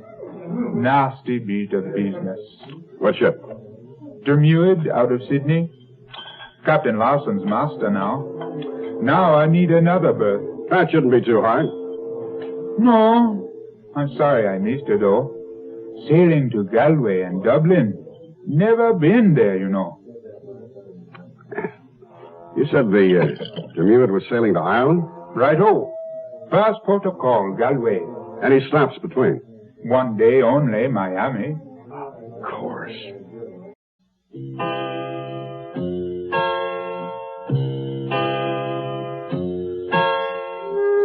I drove alone from New Orleans to Miami, not daring to stop. The captain had arranged for me to be brought aboard, and soon I was with Hugh again. 2 weeks after that, we were dropped on the shore outside Galway, an old Irish port there almost from the beginning of time. We drove from Connaught to Connemara, through hamlets with the names that fall from the lips like notes of music. Moycullen, Shindilly, Derryneen, Ballynahinch, moors and rolling hills, and the grey rock crags of inlets sprayed by the lead-colored waters of the Atlantic. Near a tiny crossroads settlement by the sea, we found a little three-room cottage, whitewashed, cleansed by rains, and bleached by the sun. We could run no further. That's where we would stay. One night, eating our dinner by a turf fire. Take it away, Mercy. I'm not hungry. Do you hear it? There's something walking abroad tonight. Your imagination? No. Listen. Only the wind. I hear it. It's there. It's the past, out there in the night. I'm going to boil some water and fill the tub. A hot bath, honey. Good for your nerves.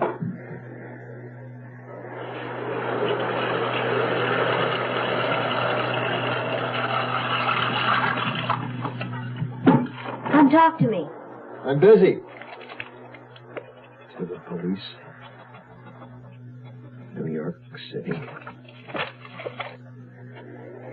What are you doing? If anything happens, accident, anything, look in my pocket. What are you saying? Only that I love you.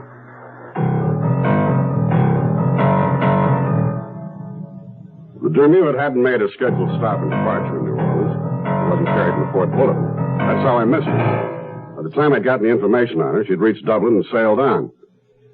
The police in Ireland are a national organization. We alerted them, and 10 days later, they informed us they'd traced the couple. I wired Superintendent O'Hara not to arrest them yet, just to keep them under wraps. On an island, there's small chance of escape. With warrants for the arrest of Hugh Rohan and Mercedes Turner and papers for extradition, I flew to Ireland. From Shannon, I took a bus to Limerick, Limerick to Galway by rail. In Galway City, I was met by Inspector Green. You have the necessary papers? Yes, I have. All in order. I've arranged for you to stay at the hotel. The papers will be approved this night. Oh, you're not planning to pick them up until tomorrow? No, it's a bit of a drive to the cottage. Here's my car. Are you carrying a gun? Yes. Well, we don't carry them here. Well, you better tomorrow. It won't be necessary. He's armed. I know the man. He'll shoot it out. That would be foolish of him. Well, is it all right for me to carry mine? If you insist. Yes, I can arrange it. It's most unusual.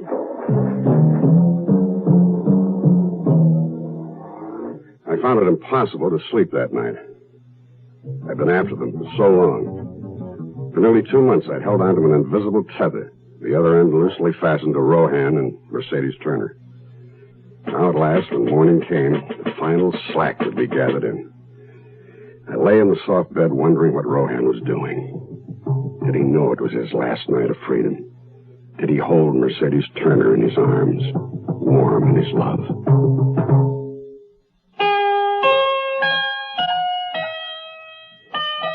So that night, Hugh lay close to me.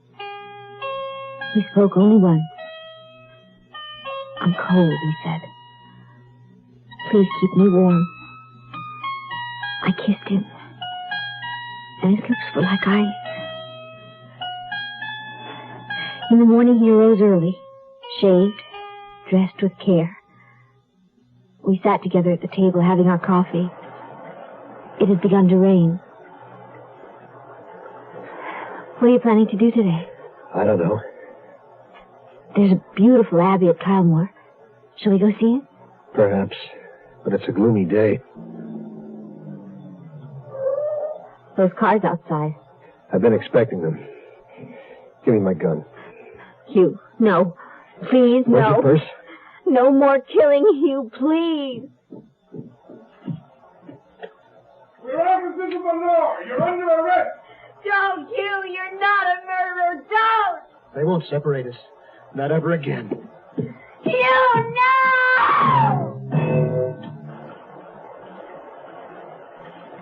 I stood in front of the cottage door, rain splashing against my collar, running down my neck. The end of the trail, the line drawn in.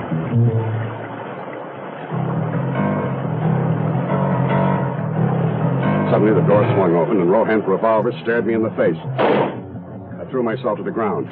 When he fired the second time, I shot him. Oh, Williams! Are you hurt? No. Lucky bit for you. Yes. Yes, isn't it? Yeah, if you don't mind, I'll go in alone to get the woman.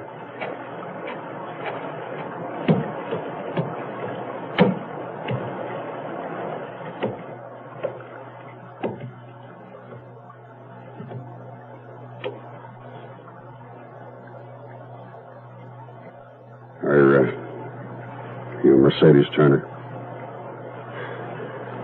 I'm Mercedes Rohan. Your husband is dead. Yes. Did you know there were blanks in his gun? Yes, I knew. Did you put them there? Yes. So he wouldn't kill again. He didn't know. I tried to stop him. Maybe it's just as well. Williams, this was in his pocket. Thank you. He said, in case of an accident. To the police. New York City. I alone shot and killed Albert Turner. My wife, Mercedes Turner Rohan, was not responsible in any way. It's signed Hugh Rohan. Hugh. Oh, You are listening to Mutual's presentation of The Zero Hour. L.S. Ballinger's The Wife of the Red-Haired Man.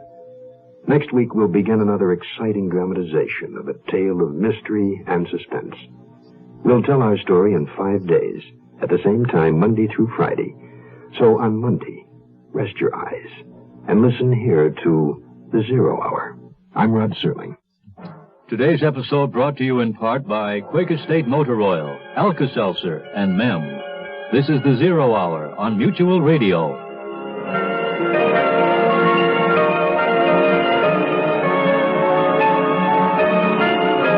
You have been listening to The Zero Hour, a presentation of the Mutual Broadcasting System in association with Hollywood Radio Theater, heard every weekday at this time.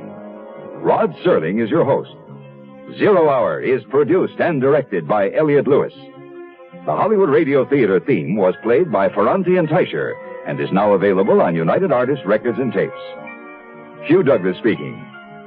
Tune in Monday, and once again, Rest your eyes and listen here to The Zero Hour.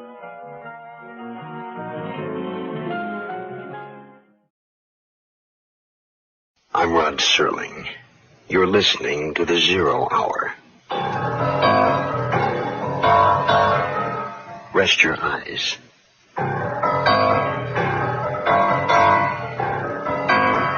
exercise your imagination. This week, Kenneth Fearing's study of a deadly obsession. Desperate Witness.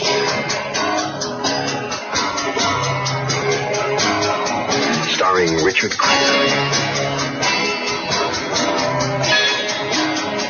Keenan Wynn.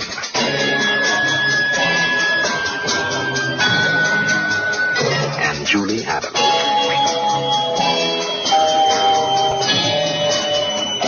In Elliot Lewis's production of The Zero Hour.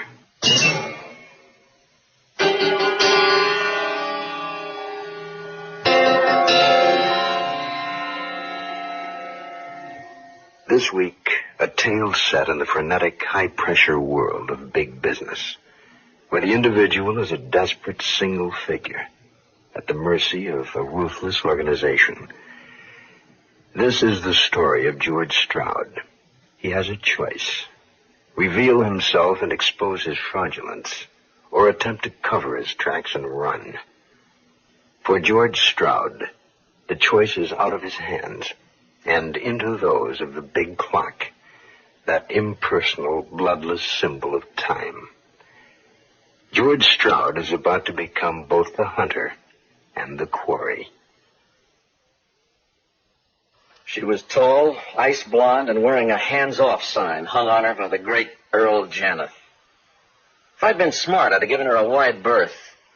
But then if I'd been smart, I'd be the head of an international publications conglomerate, and Earl Janeth would be working for me. But I'm not so smart. I returned her cool nod, and I filed away for future reference the invitation in her eyes. And it all led to murder, with me caught in a web, trapped, and running for my life. I first saw Pauline Dulles at one of those parties Earl Janeth liked to give in his minor palace in the East 60s to impress investors and moguls and to keep reminding his staff how lowly they really were. My wife was at my elbow, dazzling a group with quick conversational footwork. Sorry we're so late. We couldn't get away from President McKinley. No,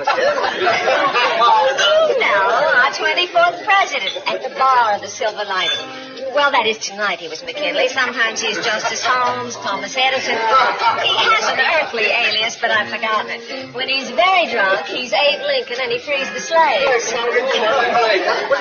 She's some lady, my wife. You'd think with a magnet like that, a man would stay put. But there was another, more powerful force in that room. I tried not to look at Pauline Dulles, but I could sense everywhere she was. 100 or more people drifted in and out, old wine and new bottles, old conversation and changing faces. When it was time to make the last train home, Earl Janeth emerged from somewhere, and Georgette and I said our goodbyes. Well, glad you could come, Stroud. I'm delighted to see you, Mrs. Stroud. You should always wear polka dots. I'll go home and put spots on everything, like a Dalmatian. Oh, no. More like a pinto pony. Watch out for your balls, George. He's turning my head again. My pleasure, believe me, dear lady, my pleasure. Well, good night. Good night. Oh, too bad you were late, Stroud. You missed Major Conklin. He likes what we've been doing recently with crime waves, and I told him that you're the moving force there. He was quite complimentary. Sorry to have missed him. Oh, that string of graveyard magazines he just absorbed. He wants to write debate them, but I explained to him I didn't think a man of your precision mentality could advise him. He needs a geomancer. It's been a pleasant evening, Mr. Janeth. Well, it has. Good night. Like a whip, Janeth turned and left. We were dismissed. Now, let's grab this cab. Grand Central.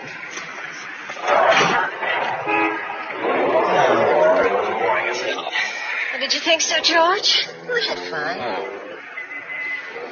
You don't really like working for Janeth, do you? I don't believe in forcing square pegs into round holes.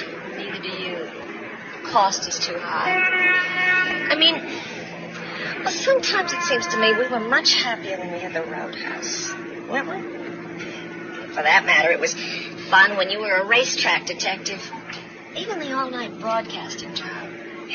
It was crazy, but I liked it. I'm executive editor for Crime Waves magazine, and we're halfway to a down payment on that piece of land you'd like. Now, your lipstick's all worn off. Then you might as well kiss me. George, what's a geomancer? I don't know. Georgie Janeth got it out of the fattest dictionary printed. He wrote it on his cuff, and now the rest of us know why he's a boss. Yeah, remind me to look the word up. I would look it up and drop it into my conversation sometime, but it wouldn't satisfy because he had it first. He had everything. My wife's head on my shoulder, and still I couldn't get Pauline Dawes out of my mind.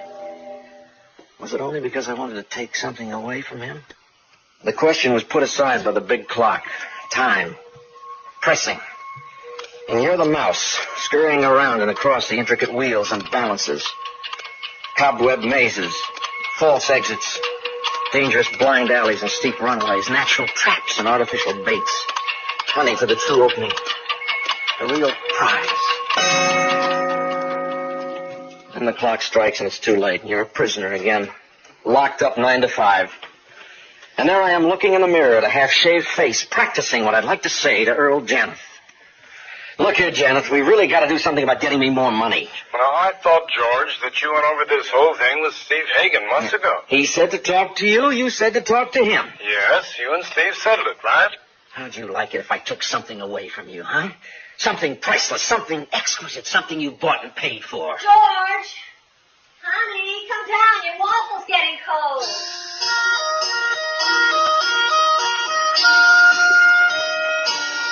Janeth Enterprises. 29 floors of publication, syndication, circulation. Stop by any corner newsstand for the full smorgasbord. Weekly, monthly, quarterly. We put them all out. Newsways magazine, Commerce, Sportland, Plastic Tomorrow, Personalities, The Sexes, Future Ways. 26th floor, Crime Ways. That's me. In theory, we're the nation's police blotter. In practice, we're one of the biggest circulations of Janeth's empire because everybody's fascinated with crime. Which is what my associate editor, Roy Cordette, and staff were discussing when I got in that morning. Dozens of people are murdered every day. But is it criminal? Morning, George. Morning, Roy. Leon. Morning, Ed. George, we're talking about the mass murder outside of Reading. I tell him we ought to run that story. It'll sell 6 million copies. Yes, Leon, but is it for Crime Wave? Yes.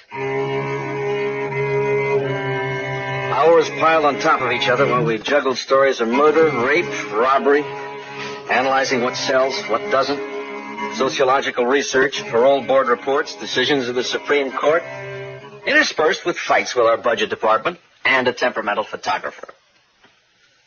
It's 6:15 when I escaped my desk after the inevitable phone call home that I'd be late for dinner. The babysitter informed me that my wife had gone to her sister's in Trenton on some emergency and might not be home till morning. So there I was. If Georgette had been home and said, "Come home," maybe none of this would have happened.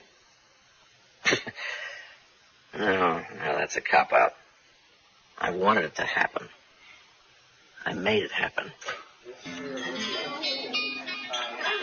At about 6:30, I walked into the Silver Lining, sat at the bar alone, studying my face in the mirror, replaying my imaginary conversation with Janeth about a raise. He still said no. I told him where he could go, and I had another double shot. I must run, darling. You coming? No, not yet. Well, it's lovely seeing you. Enjoyed the drink. Bye.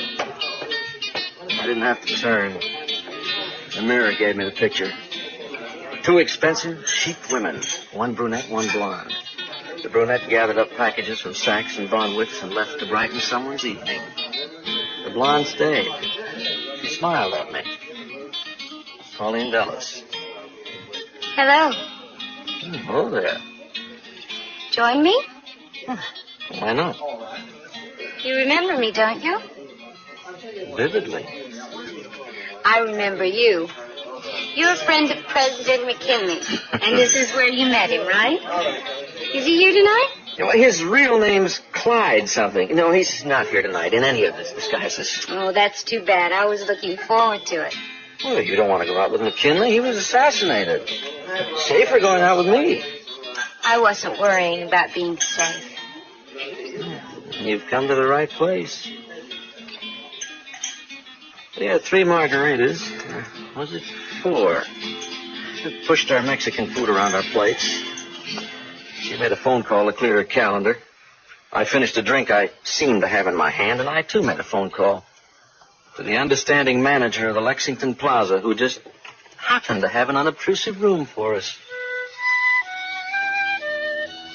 We walked to the hotel.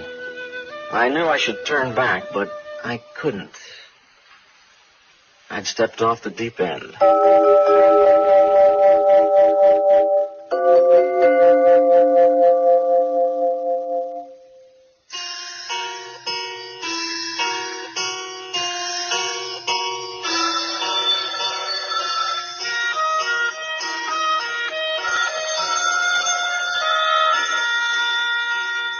The buzzing and hammering were in my head. The ringing was harder to figure out. It was an arm's length away. A telephone. My brain finally sorted out the message. Hello?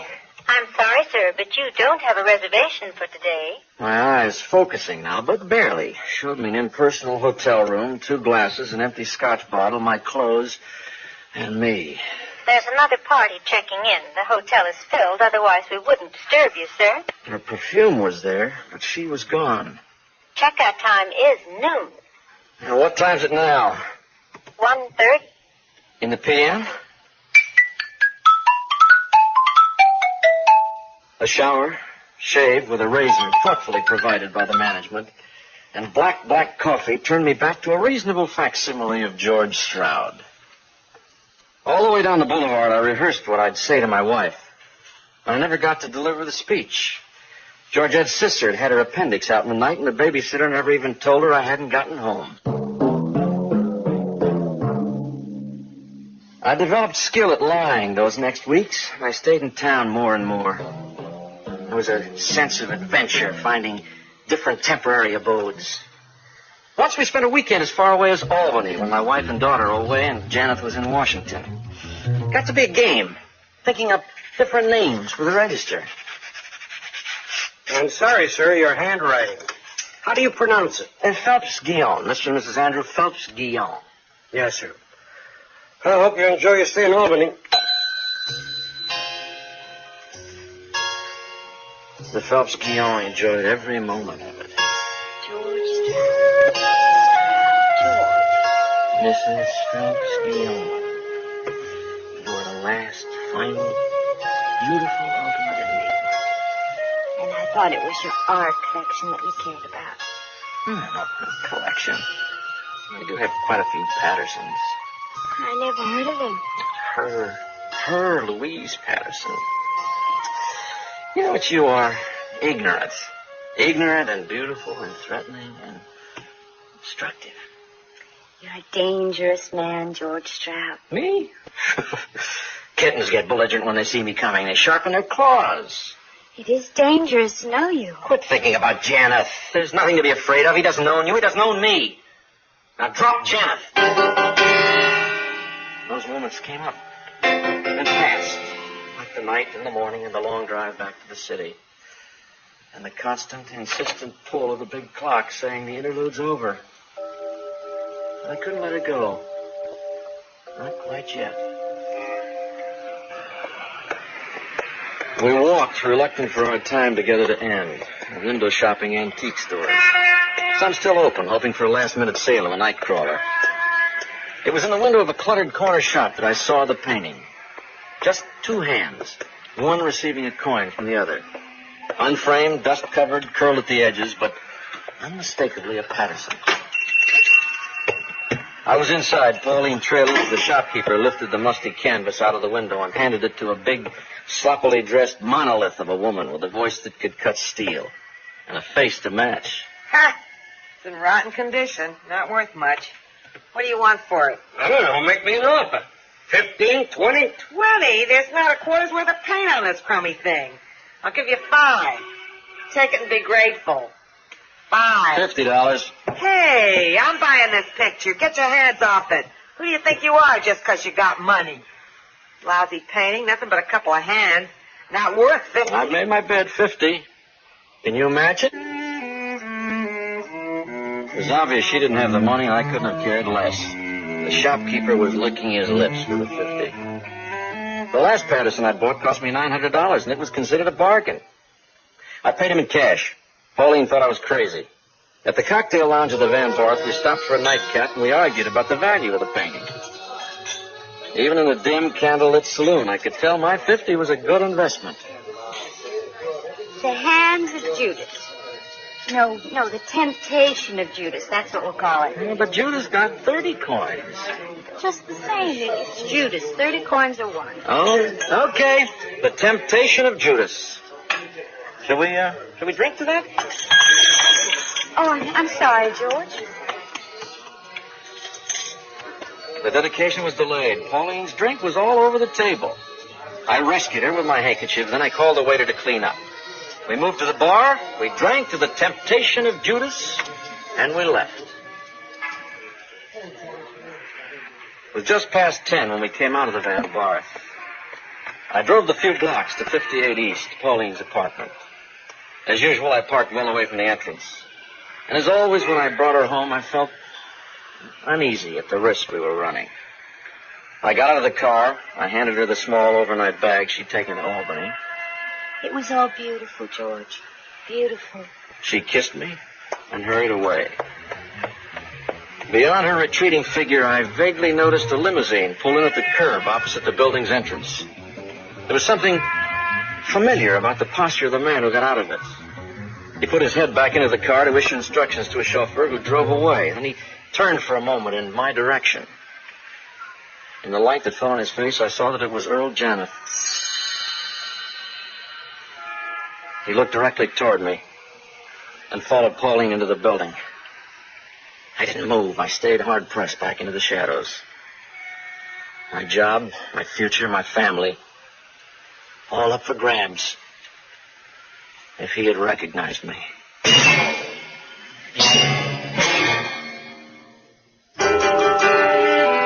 I heard him call out her name before the door to the building closed behind them. Pauline! Had he seen me, recognized me? Would she tell him about me? Pauline! Oh, Earl. Now, look, you saw me. Why are you pretending you didn't see me? Earl, dear, don't be cross. It's late. All right, dear, I'll ring the elevator. You don't have to do it for yourself. The doorman's never around. I've learned to do these little things. Yes, your overnight bag. Shouldn't he have brought it in if he were any kind of a gentleman? Did you have a nice trip, Earl? I didn't care about Washington. And you? Did you have a pleasant weekend? It was marvelous. I went riding and swimming. I read a grand book, and I met some of the most interesting brand new people. Was he one of them? One of whom? Oh, you mean the brand new people? Yes. What did you do together? Darling, please, let me get inside and get my shoes off. Make yourself a drink. Where did you go with him? Tonight? Well, first we went to a terrible place on 3rd Avenue by the name of Gill's. You'd love it. Yeah. Kind of a combination archaeology foundation and saloon. It's really weird. After that, we walked up and down the street shopping for antiques. Antiques? Mm-hmm. Finally, we bought a painting. At least he did. In a shop about 3 blocks from here. It was an awful old thing. Looked like it had just come out of a dustbin. He practically kidnapped it from another customer. Some woman who bid for it, too. Nothing but a couple of hands by an artist named Patterson. A couple of what? Hands, darling, just hands. A picture about Judas. After that, we went to the Van Barth and had a few drinks, and he brought me home. That's where you came in. Satisfied? Interesting itinerary. Seems it would take more like a weekend than an evening. We moved fast. Well, who is this fast-moving, brand-new person? He's in advertising. Name's George Chester. Oh? Drink your brandy. Oh, thank you. Well, at least this time it's a man. Just what do you mean by that? You know what I mean. Are you bringing up that thing again, throwing Alice in my face? You never forget Alice, do you? Do you? Why, you damn mean imitation Napoleon. You're a fine one to talk. That's priceless. Yes? How about you and Steve Hagen? What about me and Steve Hagen? Every time I see you two together. Steve and me? As if you didn't know. You say this about Steve? The finest man that ever lived. And me? Are you so dumb you lived this long without even knowing You it? have no right to say such things about Steve. Oh, put that down. Don't. Oh, Father, please don't. No! A fireman! Like Steve! And you!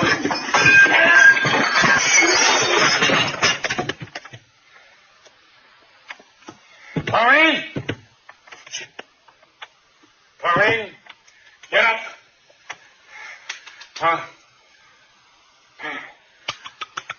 Oh, God. Oh, my God. My God.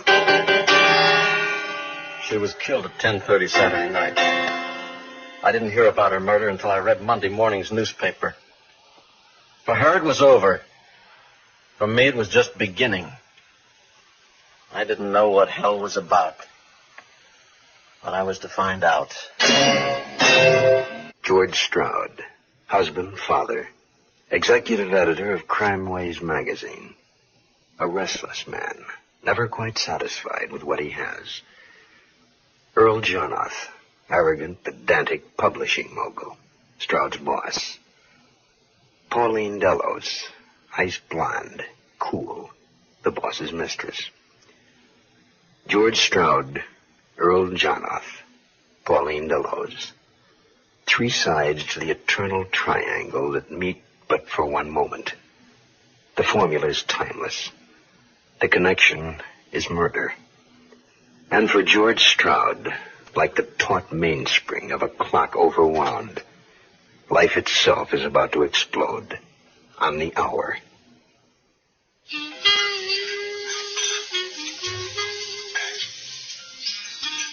I had intended going straight home, but after I saw Janet go into the apartment with Pauline, I felt the need to wander a while in limbo. Up to that point, I'd meticulously kept my wife and my family in one niche in my life, and Pauline sealed off from them in another.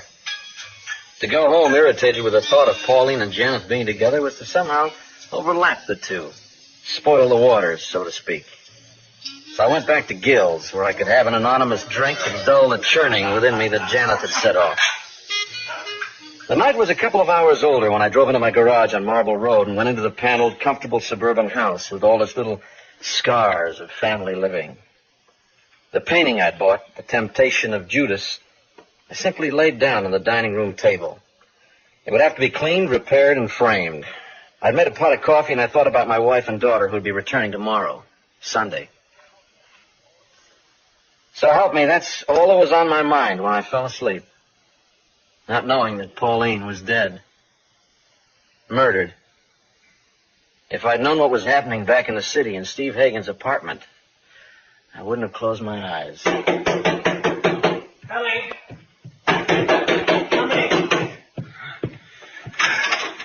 Girl, come in. What is it? What's wrong? Close the door, will you please hurry? What is it? Sit down. I'll get you a drink. Steve, I just killed Pauline. You should have killed her years ago. What'll I do? I'll go to prison, Steve. Stop it. Who saw you come here? Huh? Here. Anyone see you? Well, I don't know. I don't think so. I hit her over the head with something. A decanter, I think. Maybe 3, maybe 10 times. Fingerprints? Oh, I wiped them off and off the doorknob. And the doorman wasn't on duty when I went in or when I came out. Get out of those clothes. I'll get rid of them. There's blood on them. Look out. I killed her. I didn't intend to. It's just, well, it's the pressure. I didn't get anywhere in Washington.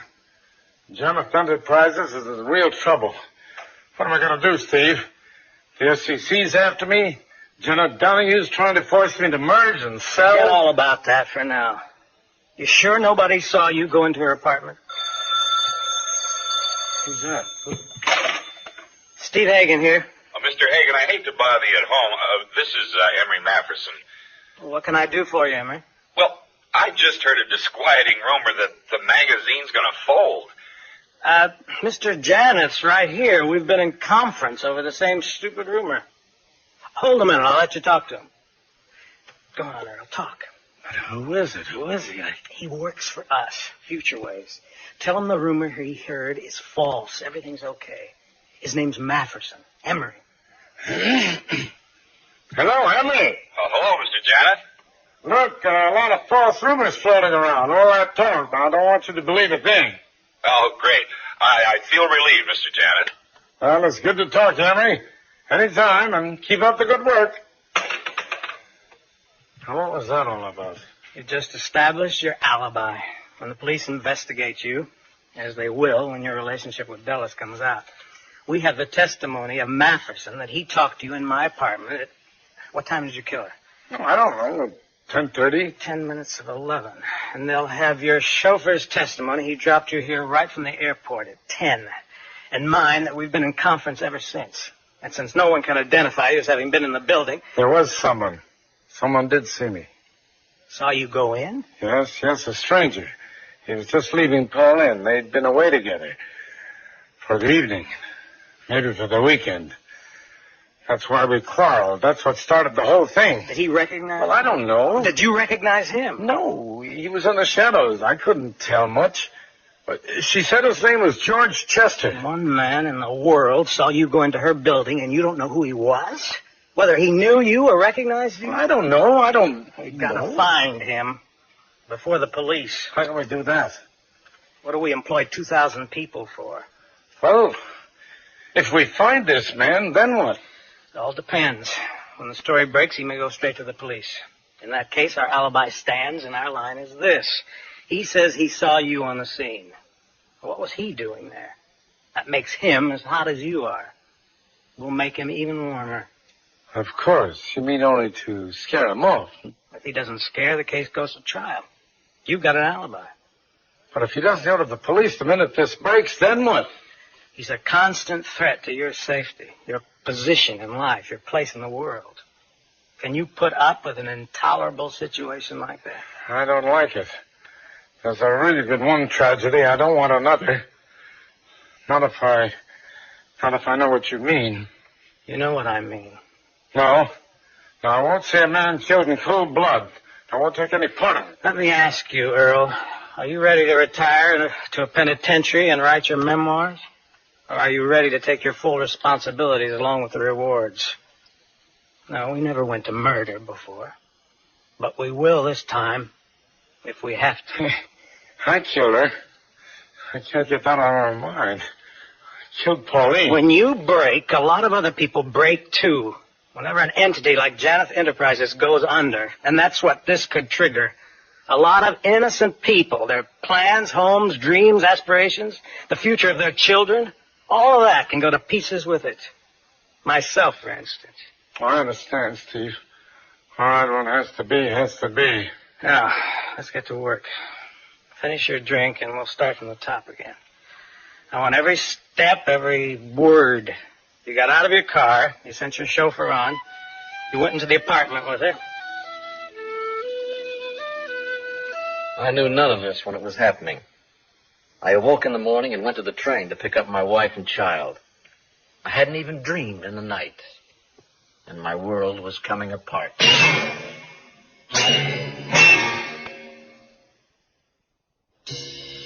Monday morning, and Georgette came back to the breakfast table from taking our daughter to the bus. George, have you seen the paper? There's a dreadful story about a woman we met, I think, at Janet's. Sitting there in the sunny breakfast room, fresh-picked yellow roses on the table, I read it. Not understanding it, not believing it. I had to read the headline twice. But the picture was of Pauline. Her body had been discovered at about noon on Sunday. Her death had been fixed at around 10:30 the night before. Saturday. I just left her minutes before. Isn't that the same woman? Yes it is. She was beaten to death with a heavy decanter. I'm reading. I was grateful to have the paper to hide behind. My hands were shaking as I read the words. No arrests had been made, the paper said. Her immediate friends were being questioned, Earl Janeth among them. But the publisher had not seen her for several days. He'd just returned that night from Washington and had gone straight from the airport to a business associate's, where he spent the evening in discussion. The business associate was not named. Horrible story. Aren't you going to finish your coffee? It's decaffeinated, good for you. George? Something the matter? What? Oh, no. No, darling, nothing. Well, don't look so grim. By the way, I didn't tell you I like that new painting you brought home, the one of the two hands, but it's in terrible condition. Another Patterson, isn't it? Perhaps. George, you don't have to be so monosyllabic. Can't you say anything but yes, no, perhaps? Where'd you get it? Just picked it up. Honey, I'm trying to read the paper. Pauline and Earl Janeth went into that building at 10 o'clock on Saturday night. Now, he claimed he hadn't seen her for days. He had to have been the one who killed her. Had he recognized me? If he had seen me that night, it would all come out. The weeks with Pauline, the lying, the whole sordid story, my life, my career, my marriage, family, all threatened. He killed her. He had to have been the one. How strong was his alibi? Could he make it stick? And if he did, where did that put me? On the train going into town, I read every newspaper, virtually memorizing what was known of the murder, but gathering no real information. It was warm in the city. Unseasonably warm. But I was cold. My hands, I noted, were white. My fingertips bloodless. In the mirrored elevator, I found myself staring at the strange face that was my own. Not a face, really, but a caricature. Lines like deep cuts that hadn't been there yesterday. Pallor. Mouth slightly open. Breathing shallow. All unmistakable signs of fear of a man in a desperate panic. I had 26 floors to gain control. When I stepped out of the elevator, I was wearing the mask, the facade of the confident, secure executive. Morning, Lucille. Any calls for me? Steve Hagen's called twice. Better get right up there. Oh, why? What's up? I don't know, but you know Hagen.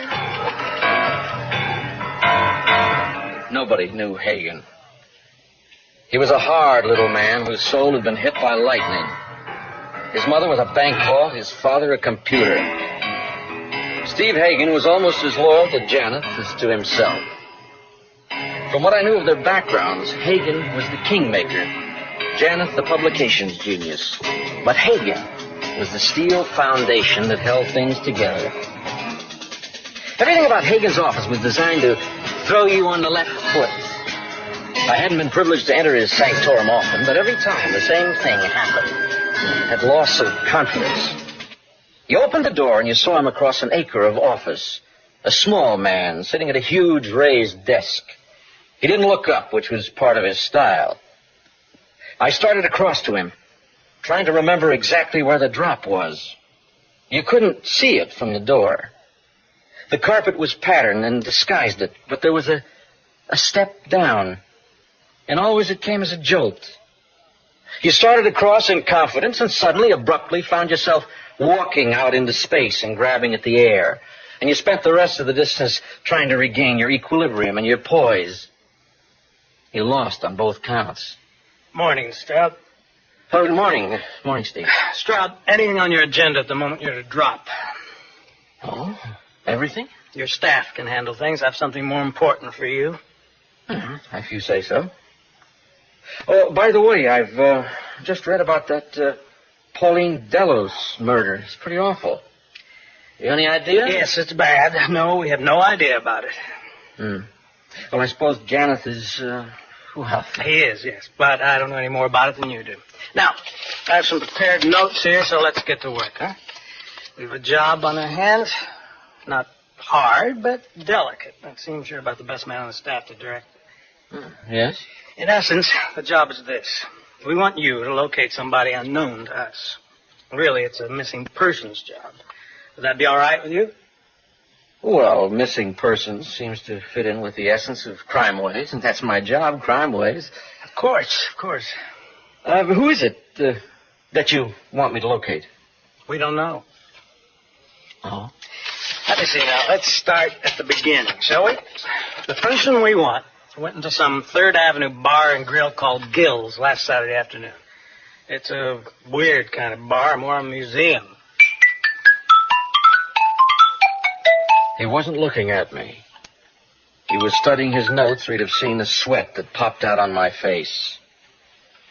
I could feel the trap being sprung for me.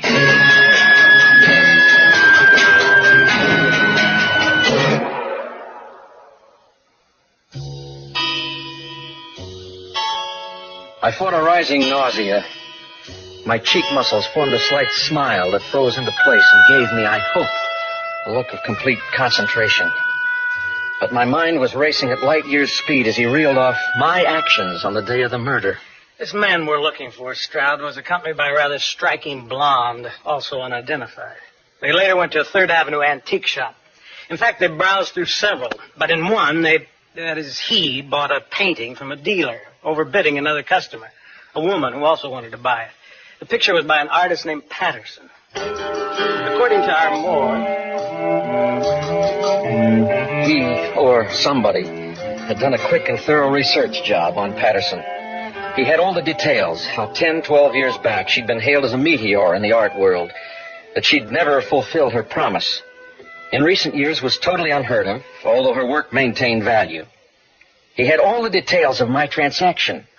He knew the painting depicted 2 hands, was in rather bad condition, and that I'd bought it for $50. After they bought the painting, the man and the woman with him went to a cocktail lounge in Van Barth for a few drinks. It's possible he checked the picture there. He may have had it right with him. Why do you want this man, Steve?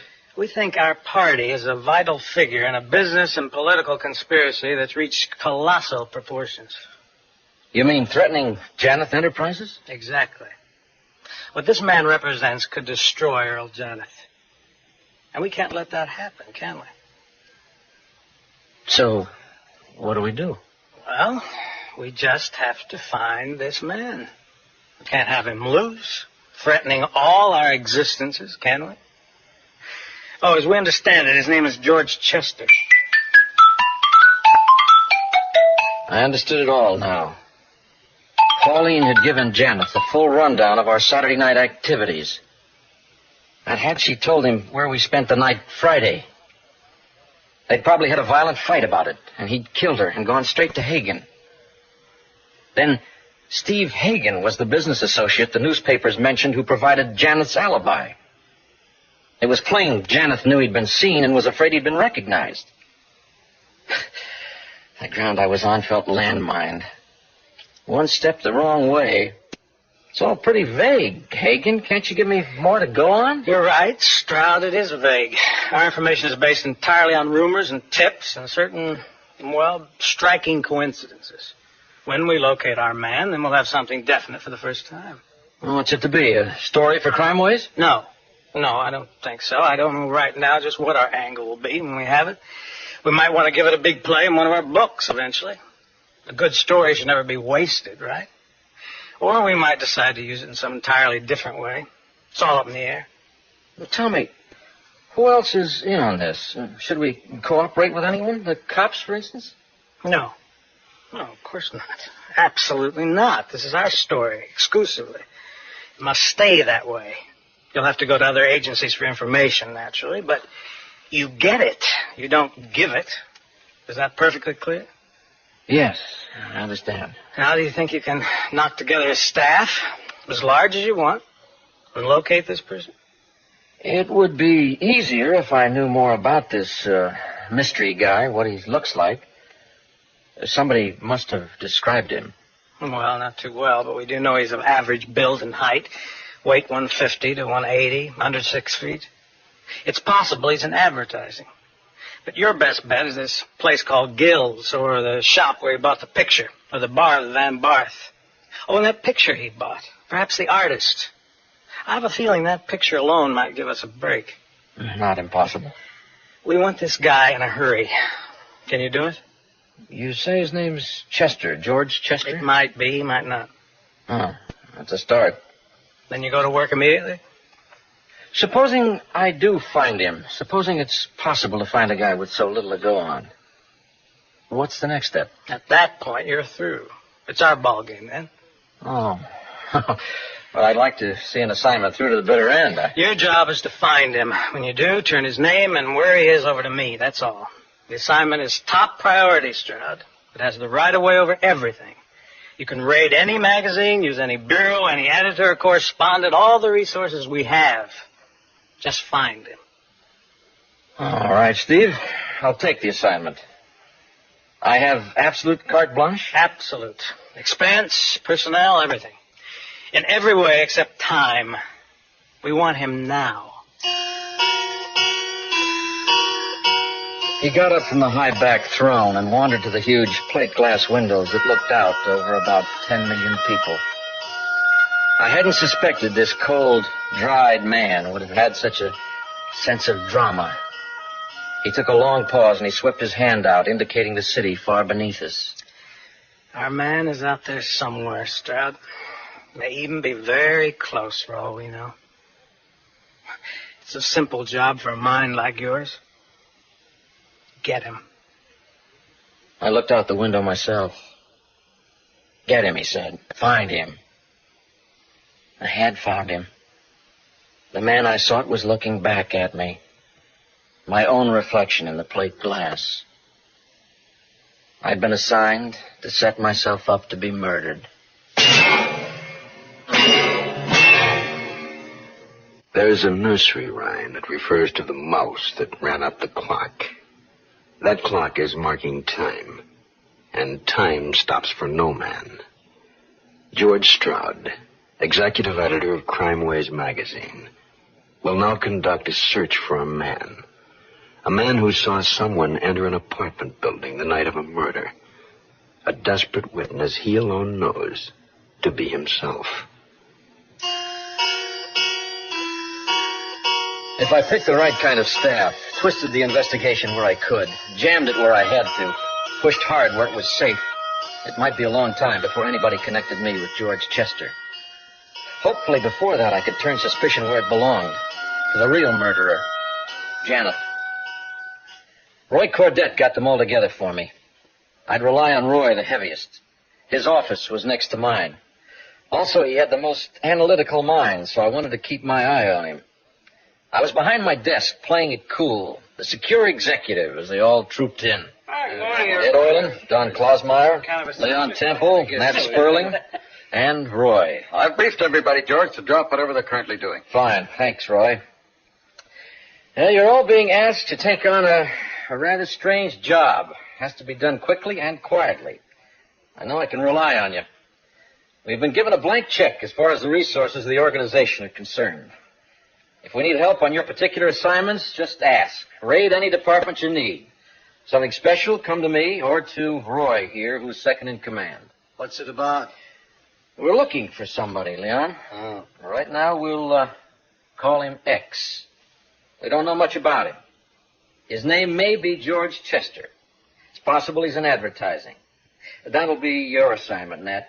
Combing ad agencies, clubs, PR offices, newspapers, etc., etc., etc. Leon, check all real estate registers, tax records, public utilities, phone books of cities within, say, 400 miles for a George Chester. Yeah.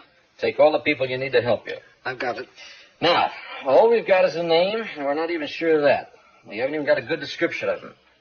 Just say he's of average height, say 5'9" to 11, average build, probably between 140 and 190. That's not much to go on. Well, he's apparently a regular of a place on 3rd Avenue called Gill's. He was supposedly there last Saturday afternoon with a woman that we know to be a good-looking blonde. That's all we know about her. That'll be your job, Ed. Find this joint, whatever it is, and when you do, stay there until our Mr. X comes into it. Now, on the same evening, our subject went into an antique shop, also on 3rd Avenue. He went into several, but in this particular one, he bought a painting, unframed, after outbidding another customer, a woman. That'll be your gig, Don. All you've told us about this man took place last Saturday. Wasn't that the night Pauline Dulles was killed? She's connected with Janeth. He was in Washington.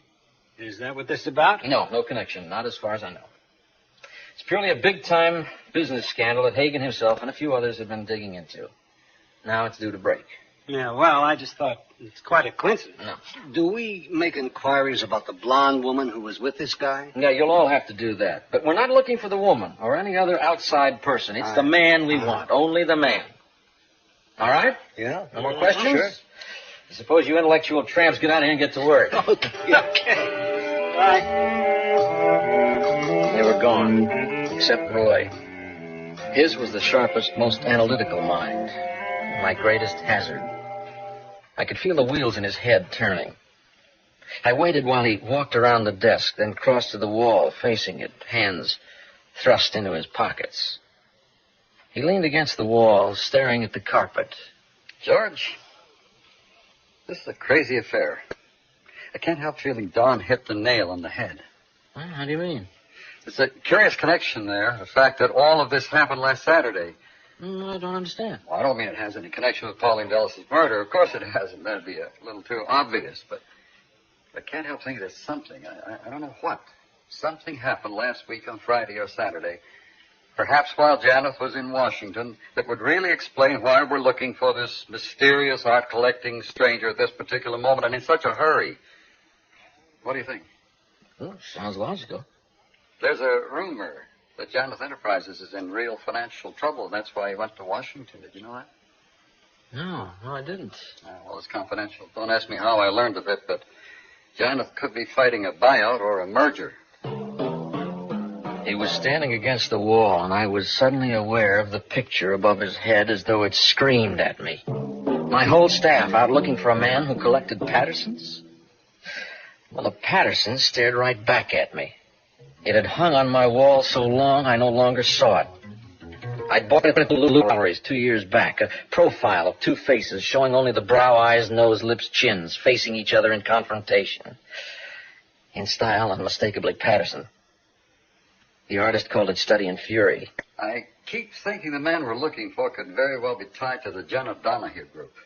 Janeth Donahue? Yeah, off the record, they're the ones trying to break Janeth Enterprises.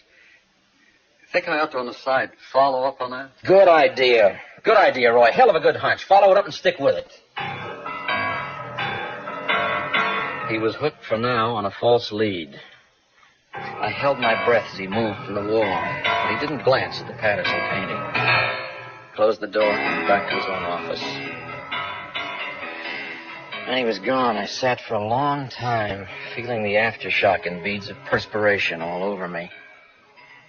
That painting staring at me all the time I had given orders to find me.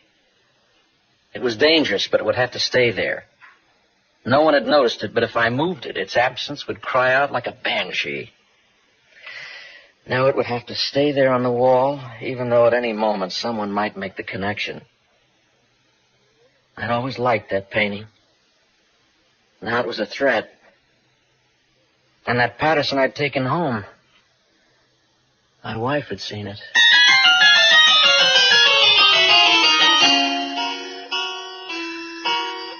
Once I'd got over the initial shock of having dispatched an army of leg men to track myself down, I began to feel more secure. I had one great advantage.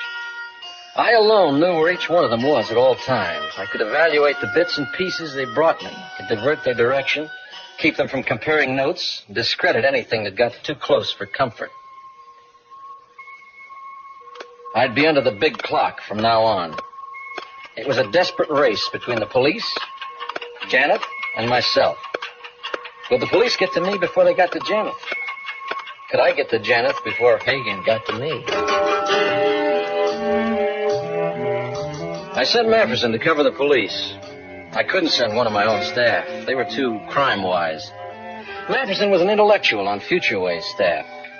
Send him to cover a murder story, he'd end up writing a philosophical piece about prison reform. He'd been on staff 10 years, probably hadn't spoken 100 consecutive words to anybody. Anything Mafferson dug up would be for my ears only. And that's what I wanted. He came into my office, his plump face, as usual, vague. His expression an eternal puzzlement. They took me off my assignment, and I was doing a piece on molecular structure. Emery, I'm involved in a special outside job. The whole staff's working on it. But at the same time, one of the most sensational murders of the year has occurred. Pauline Dulles. You must have read the newspaper account. Oh, I believe I glanced at it. Oh, isn't she, Jonah's lady friend? Yeah, wasn't she? Right. Well, this special assignment's taking all our time around here, but we can't let crime waves be left at the post.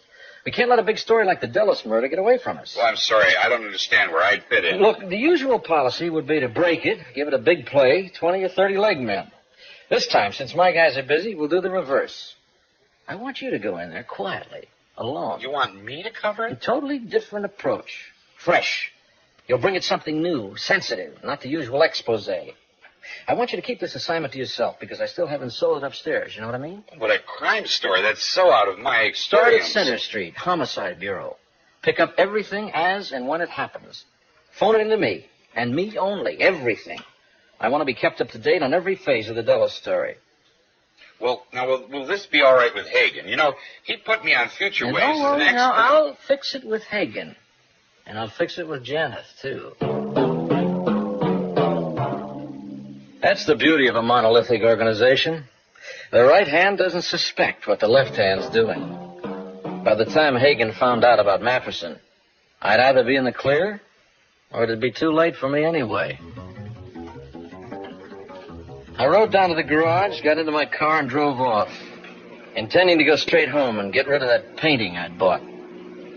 But I turned down a side street, and I found myself heading toward Pauline's apartment. It was the first I'd been there since that night. All this energy spent trying to plot my own survival, and I hadn't really stopped to think about her. The image of that beautiful neck, broken, that perfect body, lifeless. I had to pull over to the curb, pull myself together, force my mind to look for a weakness, a flaw in Janeth's alibi. There had to be one. I went back over Saturday night, every step. I'd just taken Pauline home. My car's parked around the corner. I let her off. I'm not going into the lobby. So far as anyone in the building knows, I don't exist. I'm a distance off. I see Janeth drive up. He gets out of his car. He catches up with Pauline. He goes in with her. Now, what did he do after that? He killed her. Then he had to get away. He'd sent his chauffeur on. Now, how'd he get to Steve Hagen's?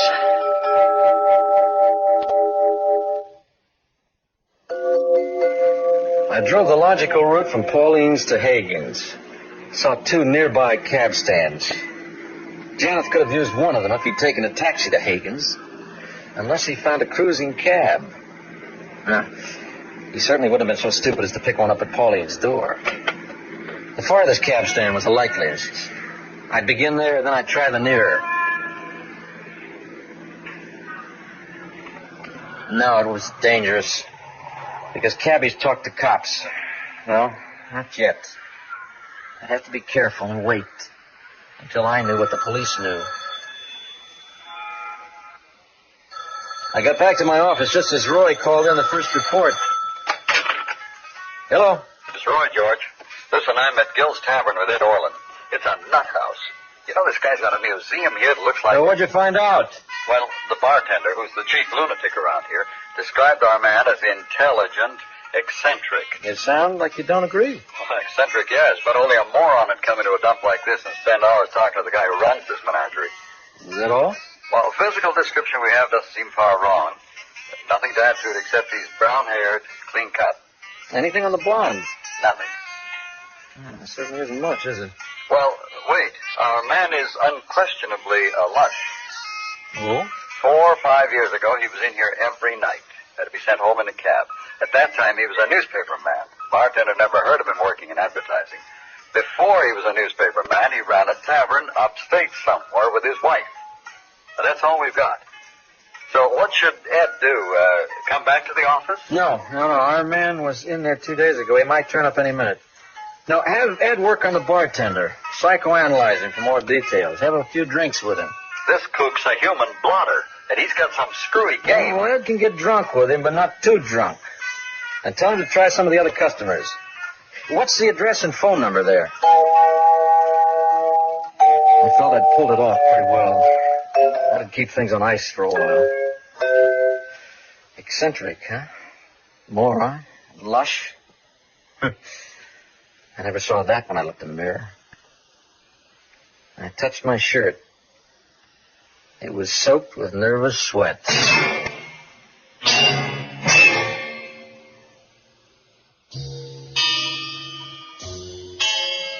I was getting home later and leaving earlier. My wife, concerned with being cook, nurse, and handholder, our daughter had tonsillitis, hadn't seemed to notice that the painting was no longer in the dining room. I hoped she'd forgotten it. I had it stashed in the downstairs closet behind all our raincoats. George, you're not leaving without your breakfast. Yeah, I have to, hon. I'll call you. Darling, I don't like the way you look at all. They're working you too hard. Try to get home earlier, dear. The worry about how close I was to losing my family if the truth came out rode into town with me. The Janeth building, covering half a block, looked into space with 500 light-reflecting, sightless eyes. As, of my own free will, I delivered myself once more into its stone intestines. Roy wanted me in his office, which had taken on the look of command headquarters for World War III. A big blackboard covered half a wall. Cross-reference charts were propped up on desks, tables. I didn't see Leon Temple right away. He was behind a 6-foot chart. What do you think of it? You've done a thorough job, Roy. I've got our Mr. X charted 10 ways from Sunday, all cross-indexed. Each chart covers a different area. Where he was known to be, suppositions, aliases, appearance. Yeah, brown hair, clean cut, average height and build. That description could fit anybody. Fits me. We'll refine the description, don't worry. Reports have begun coming in. See, under background, he may or may not be in advertising. Used to be a newspaper man. Once operated an upstate tavern resort with his wife. Now, that's just a matter of checking every tavern license back as far as necessary. It's a start, Roy. Start? More than that. Leon just worked up a report on the Van Barth. I was just going to put it up on the board. Read it to him, Leon. Sure. It was established that the man in question, whom we know as George Chester, was in the Van Barth Lounge on Saturday night last, sometime between 9:30 and 10. He was carrying an unframed oil painting, which he did not check, and was overheard talking to his female companion about what the painting should be named. The woman with him was one Pauline Dellis. Dellis? Are you sure of that? No doubt about it, George. Oh, sure. Leon checked the waiter, bartender, checkroom girl, all three. Identified her from pictures published in the paper. Now, doesn't this alter the whole character of the assignment? Do the police know Dulles was in there Saturday night? Of course. Everybody in the place reported it once they saw the papers. I'm asking Leon. Oh, yes, they know. And do the police know that we're looking for the man who was with her? Well, I didn't give them any information. I followed your exact instructions. So that's it. Just that they were there. Oh, no. There's evidence. When they left the cocktail lounge of the Van Barth, a subject left something behind. What? What did he leave? Subject's handkerchief. I've got it here in the envelope. The lady spilled her drink. Let me see that. I wouldn't touch it, George. We may be able to raise a fingerprint. From a handkerchief? I doubt that. Anyway, if they can, I imagine it already has plenty. The waiters, the cashiers, yours. One more set won't matter. Well, even without fingerprints, it can probably be traced. There's a laundry mark on it. Yeah, well, I'll send it to the lab, Roy. You go on with what you're doing. At least I'd publicly handled the handkerchief. Back in my office, I closed the door of my desk on it. Just as Don Klausmeyer came in. I've got some interesting information, George. Any luck with the painting? Yeah, real luck. You know, I found the artist. Huh? She lives in a loft, paradise for rats and termites. Got 4 kids, never was married. The first of the women's livers. That's all very interesting. But what's it got to do with our man? Just this. She's the customer who bid unsuccessfully for her own picture that night. A friend saw her canvas in the shop window and told her. She tried to buy it back, but she'd been broke for years and couldn't match our guy's bid. But she did give a detailed description of it. You know, the artist's eye and all that. Let's have it. Yeah, I got the old girl on tape and had it transcribed. Here, let me read it to you. All right. I quote Patterson. The bum that outbid me for my own paintings was a smug, self-satisfied creep just like 10 million other rubber-stamped sub-executives. Brown hair, line of gray at the temple, brown eyes, high cheekbones, symmetrical lean features. Face looks like he'd scrubbed and shaved it 5 times a day. Has one of those $10 hairstylings just over the edge of the ear and curling at the nape of the neck. More establishment than hippie. He's 37, 38, weighs between 160 and 165, 5 feet 10 and a half. Gray tweed suit, wide red and black necktie striped with white, wears a wide gold wedding band. A good deal of an exhibitionist. Imagines he's Omar Sharif, and that's what he plays at being. The woman with him was beautiful, if you like lesbians in standard Park Avenue models. He knows pictures, especially the works of L. Patterson, which he doubtless collects, but only for their snob appeal. Otherwise, he's a totally obnoxious man. Unquote. Oh, she didn't miss much, huh? May or may not be a good description. Her opinion, a little biased. You know, George, when I was poking around that studio loft she lives in, looking at acres of her pictures, they all had kind of the same feel. And it reminded me of something I've seen somewhere else quite recently. I was staring straight over his head at Louise Patterson's Study in Fury on the wall behind him. The only trouble is, I can't remember what it is or where I saw it. Well, it'll come back to you. Don't worry about it. I'll see you tomorrow. I took him by the arm and ushered him out so he wouldn't have a chance to turn and look at the painting on the wall. I thought of its mate, the temptation of Judas, in the downstairs closet at home behind our raincoats. It could be discovered, and easily, if they ever caught up with me. If anyone ever got that far, I was finished anyway. Janeth and Steve Hagen would take care of that.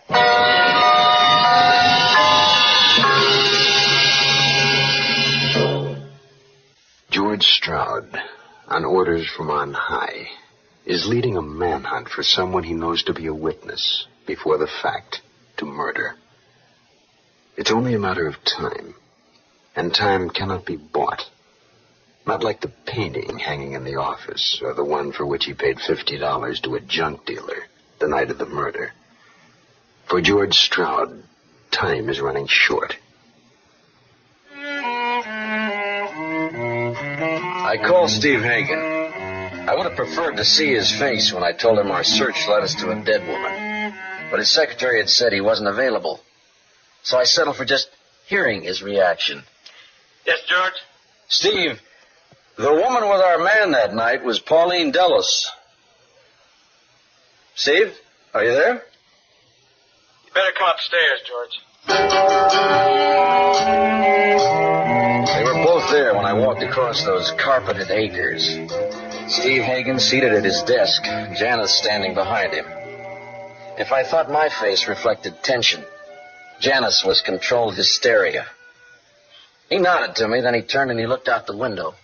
George, I've imparted your information to Mr. Janeth. He's naturally disturbed. But he agrees with me that there's absolutely no significance in the fact that Pauline Dellis was the man's companion that night. What we want, what we have to have, is the name and whereabouts of the man himself. That's all Sorry, we're after. I can't buy that there's no connection. Well, you have our assurance, Mr. Janeth's and mine. You see, we've had reason to believe that Pauline knew this go-between, so it's not unnatural that she would have been out with him. Perhaps we should have told you.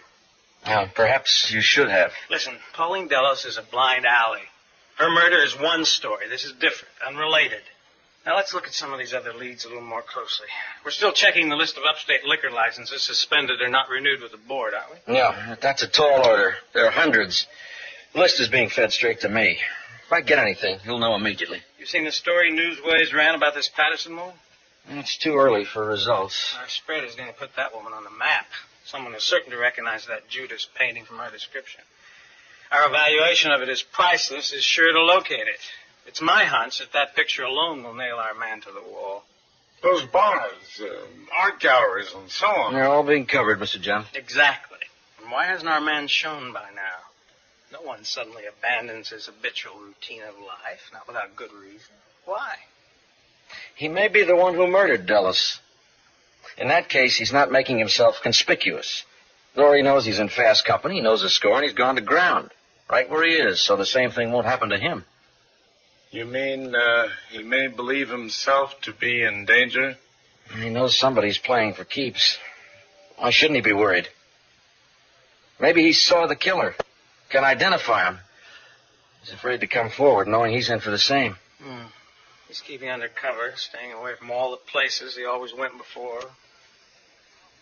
How many people in the organization, Stroud, know about this particular job?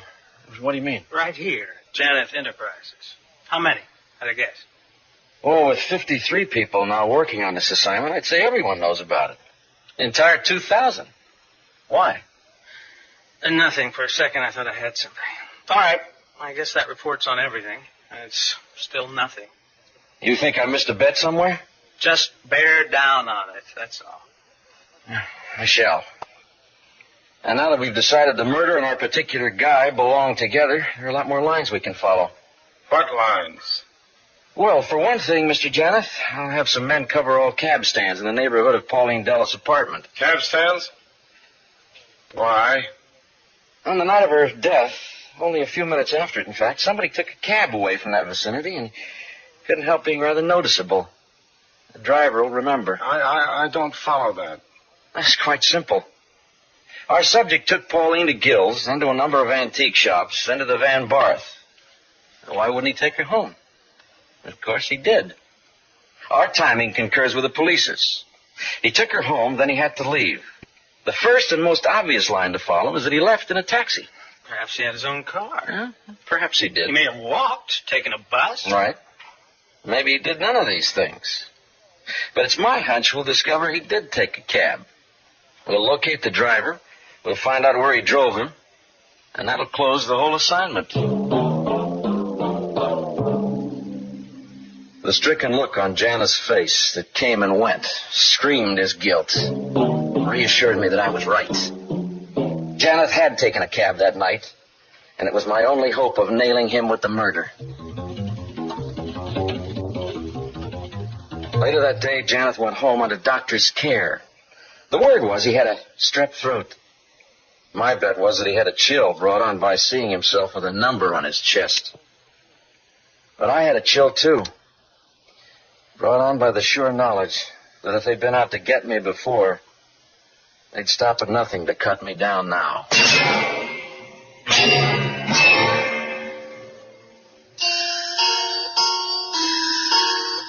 I took 3 good recent photographs of Earl Janeth out of the morgue. But I didn't leave the office, even when 5 o'clock rolled around. I stayed, pretending to be bogged down, correlating all the information that had been given to me.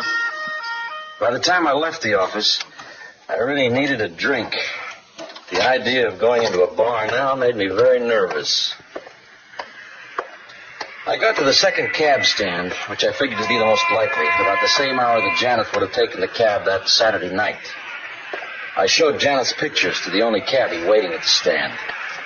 He didn't want to know who I was or why I was asking. No, wait, let me see that other picture. No, I'm sure I never hacked this guy, but maybe my partner. We owned a cab together. He worked Saturday nights. He could have drove him, you know. I gave him 3 things. A picture of Janeth, a $20 bill, and the phone number of the office with instructions to talk only to me. The proposition was backed up by another 20 in the offing if he got me the right information. I felt more relaxed for the first time in days when I got home. My family was asleep. I had a drink, and I took the Temptation of Judas painting out of the downstairs closet. My intent was to destroy it. I couldn't bring myself to do it. It was a work of art, and to destroy a work of art is murder of another kind. So I carried it into the cellar, and I stashed it face to the wall behind the furnace. The horn of the school bus and a small female cyclone swept through the lower rooms of the house, gathering school bag, crayons, picture book, lunchbox, and a hastily scribbled note from her mother explaining her tonsillitis. Her mother and I stood there in the warm sunlight for a moment. The picture of an ordinary, normal, untroubled family. I waved the bus off until I could no longer see it, and I kept waving. I could feel my face locking into deep lines that could hold rainwater. Are you all right, George? No, a headache, that's all. Just a headache. George, something is bothering you. I can feel Will it. you get off my back? Oh, I'm sorry, honey. I'm sorry. It's just it's a lousy mood. You know how it is. It's deadline week. That's okay. You know, you forgot to bring home a Newsways last It night. slipped my mind. I'll bring one home tonight without fail. And fashion, if you like. Oh, never mind the Newsways. I bought one yesterday. Oh? You know there's an article in it about this Louise Patterson. Yeah, I glanced at it. Fabulous. Just what you've been saying for years. Here. Listen. With all the force of a major explosion, by grace of a new talent suddenly shooting meteor-like across the otherwise turgid skies of the contemporary art. Overwritten. There's more. Louise Patterson may view her models through a microscope, but the brush she wields is gargantuan. Isn't that grand? Grand. Well, they're recognizing her talent. Don't be so critical just because they use different words than you would. At least they admit she's a great painter. Well, for heaven's sake, George, don't pretend you aren't pleased. You must have 7 or 8 Pattersons. Now they're all valuable. I have to run. I'll drive in. Or do you need the car? Wait. I want you to hear the rest of this. This week, interest in the art world centered on the whereabouts of one of Patterson's lost masterpieces, her famed Judas, admittedly the most highly prized canvas, etc., etc. This is the part. Depicting 2 huge hands extending a coin, a consummate study in flaming yellow, red, and tawny brown. This composition was widely known some years ago. Then it quietly dropped from view, and so on. Well? Neat, but not gaudy. They make it sound like a rainbow at midnight. That's not what I'm driving at. Would you know anything about that picture? Well, why should I? Didn't I see an unframed painting you brought home over a week ago? The night Georgia came down with tonsillitis, didn't I? Oh, yeah. Yeah, well, honey, that wasn't an original. That was only a copy. Well, what became of it? It was here in the dining room. I searched everywhere. I took it to the office. Where do you think those plumbers who call themselves writers got such an accurate description of the original? Bye, sweetie. I'll have to step on it. Call you this afternoon. Mafferson met me coming into the building. We rode up together. Fortunately, the elevator was empty except for the 2 of us. But Mafferson didn't want to talk about what he'd learned at police headquarters. He had another worry. His job. You think we'll all be fired? Who gave you that idea? Well, I ran into this fellow at breakfast. I always stop off at Schraff's in the morning. Fred Steichel's his name. Managing editor of Jeanette Donahue. Never did like that man, and he's even more obnoxious now that he's in a position of power. He was almost as insulting as the night when I tried to call you. A week ago Saturday, the night of the murder, as it turns out. I couldn't reach you, so I called Steve Hagen. Steichel says our magazines are going to... Wait a minute. Just what time did you call, Steve? 10:30, 10:45. It's strange, isn't it? Police records say that's about the time she was killed. And you talked to Steve Hagen? He was home? Yes. At his apartment. Talked to Janet, too. Janet? Yeah. What's strange about that? He'd been there all evening, came direct from the airport. They were having a business meeting. Told me not to worry about my job. I wanted to yell. Mafferson backing Janet's alibi. Now I had to find that cab driver. My mind was racing with the need. We were in my office, but I couldn't remember reaching it. Mafferson was dutifully giving me his police report, and I wasn't listening. Until I heard the word... Albany. What? I said, the police know Dallas was out of town from last Friday until late Saturday. They found out where she was from a book of matches in her apartment. Came from a nightclub in Albany that doesn't circulate its matches. And in the course of a routine checkup with the Albany hotels, they found out where she'd stayed and what name she'd used. Oh, really? Incidentally, the police know all about this job you've been doing here, and they're convinced the man you're looking for and the man with Dallas last weekend in Albany is one and the same. Does that help or hinder our story? Yeah, go on. Oh, that's about all. They're sending a man up there this afternoon or tomorrow morning with a lot of photographs to check out with the nightclub, the hotel, and elsewhere. I told you they had the Dallas woman's address book, didn't I? They've been rounding up pictures of every man she knew, and most likely the Albany guy is one of them. Do you follow me? Yeah, I follow you. They know from the general description they got over the phone from the hotel personnel that the man most definitely was not Janeth. At the hotel, they were registered as Mr. and Mrs. Andrew Phelps Guillaume. Oh, by the way, your name was in her address book. Did you know that? My wife and I met her at a couple of parties.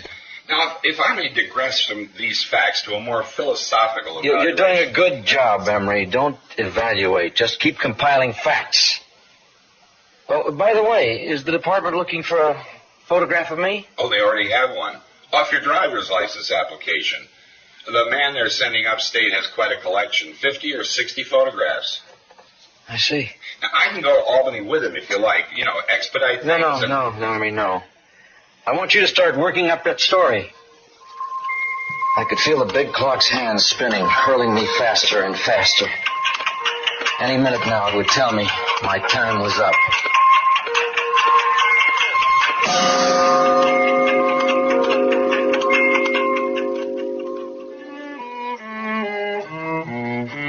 The two lines of investigation, the organizations and the police, were drawing steadily together like pincers. I could feel them closing. I told myself it was just a vast machine, and the machine was blind. But I hadn't fully realized its crushing weight and power. The big clock. It measures people in the way it measures money, and the growth of trees, and the lifespan and the morals of mosquitoes. When the hour strikes, that is indeed the hour, the day, the correct time. When it says a man is right, he is right. And when it finds him wrong, he is through with no appeal. The big clock is as deaf as it is blind, and as merciless.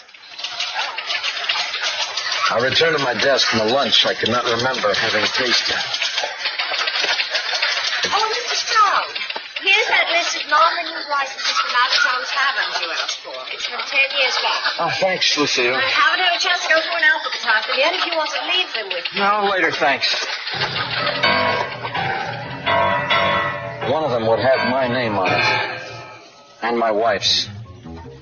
I carried them to my desk, figuring I'd feed them to the paper shredder. But Roy's door into my office was open. He was standing in it. For the moment, I consigned the file folder to my bottom drawer. Been meaning to ask you, George, did you send that handkerchief to the lab to check possible fingerprints and have the laundry mark run down? No, I'm sorry, Roy. I forgot. You give it to me, will you? I'll do it right away. Yeah, sure. Got it right here on my desk. Oh, and Hagen called. I want you to come right up. These conferences with Hagen had daily become longer, more frequent, more bitter. It was cold comfort to have a clear understanding of the abyss that Hagen and Janeth, particularly Janeth, saw yawning before them. I wasn't thinking about Janeth, but about myself when I opened Hagen's door. Found myself staring at a photographic blow-up of the painting I'd hidden in my cellar at home. We're going to run it on the cover of Newsways next issue. With a follow-up story on the artist. But the cover, is she that significant? She's not. We have our own reasons for running the story. The first article on the artist generated a lot of reader interest. Now we run this lead. Priceless painting disappears. That'll pull our man out of the woodwork. Somebody will turn him in. Someone who knows he has the picture. Hagen, who hadn't touched anything as plebeian as layout in the 15 years he'd risen to the top of Janeth's empire, was meticulously laying out the copy on his desk. I stared over his shoulder at a 4x6 photo displaying one wall of a Louise Patterson exhibition 9 years back in the Miller Gallery. In the middle, surrounded by 4 other paintings, was the 2 hands of the Temptation of Judas. But it was another painting that grabbed my throat and squeezed the air out of me. 2 faces, 2 profiles facing one another in confrontation, called Study and Fury. This painting at that very moment was hanging, as it had for 2 years, on the wall of my office, just 6 floors below. By the time Newsways went to press, anyone who'd wandered in and out of my office since this insanity began was sure to make the connection. If I lasted until Newsways went to press. George, what the devil's wrong? This thing has drifted more than a week. Why haven't we found our man? I just shook my head and walked out. By the time I got back to my office, they were all there. Roy, Leon Temple, Phil Best, a couple of other leg men. It was apparent the second I stepped into the room that there'd been a break. George, we've got him. Where? Where is he? Right here. Here? Go on, tell him, Leon. Our man came into this building just a little while ago, right after lunch. I don't understand. Why would he come in here? Who is he? We don't know yet, but we've got him. Leon slipped some cash to the staff of the Van Barth, let them know there'd be more. Incidentally, I need my expense account. Would you skip the non-essential, please? What Leon's trying to tell you, George, is that the staff of the Van Barth have all been scouting around this district in their free hours. After all, the Van Barth's only 3 blocks from here. And one of their porters picked up our guy and followed him right into this building. I couldn't get over Roy's eyes. Calm, unflappable Roy. And his eyes blazed with evangelical zeal. All of them, all the men in that room, lusting for blood like hunters who'd treat an animal. And I was the animal. I was saying things like, "Good boy, Leon, that's using your head, Roy." And all the while I wondered if my reflexes had stopped working. I uncrossed my knees with the pieces of me fall off one by one like the rusted, useless wheels and cogs of a worthless machine that has outlived its purpose. In about 2 minutes, we'll have every door and exit covered.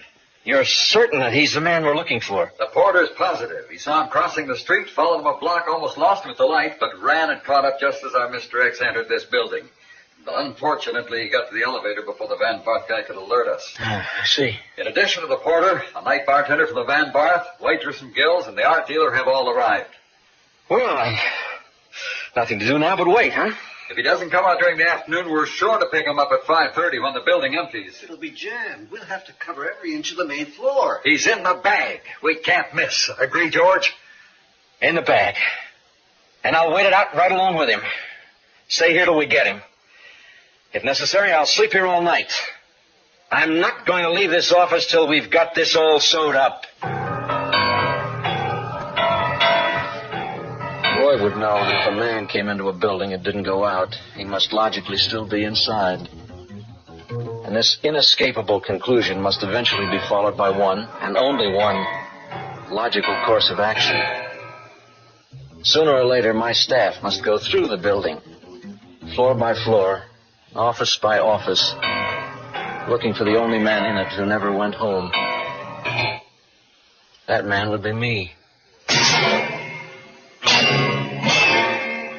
George Stroud, a man in the middle, trapped by his own knowledge of events and the unrelenting hands of time. He is a prisoner on the 26th floor, pursued from below by those who would identify him, leaving his only avenue of escape, the floors above, where waits the man he knows to be the actual murderer. For George Stroud, time is running out. Sometime very early, I woke on the couch that I'd moved into my office, put on my shoes and necktie, the only clothing I'd removed. And in a mental cloud, I went to my desk. A few minutes past 8. The day was the day. I still didn't know how I'd meet it, but I knew it was the day. The police would finish the checkup in Albany. Roy would follow up with a laundry mark on the handkerchief. And somebody would think of combing the building. Oh, boy. There are a lot of unexpected... Shortly before 9, the rest of the staff began to assemble. Leon Temple, Mafferson, Eddie, Roy. Why don't you go home, George? There's nothing you can do here now, is there? No, I'm staying. Want to be in at the finish, right? Right. How's everything downstairs, Leon? Tight as a drum. Phil Best just spelled Mike. We got the whole night side of the Van Barth down there and some more special cops. You know, I don't understand it. What don't you understand, Henry? Why this guy hasn't come out? He's here, but where is he?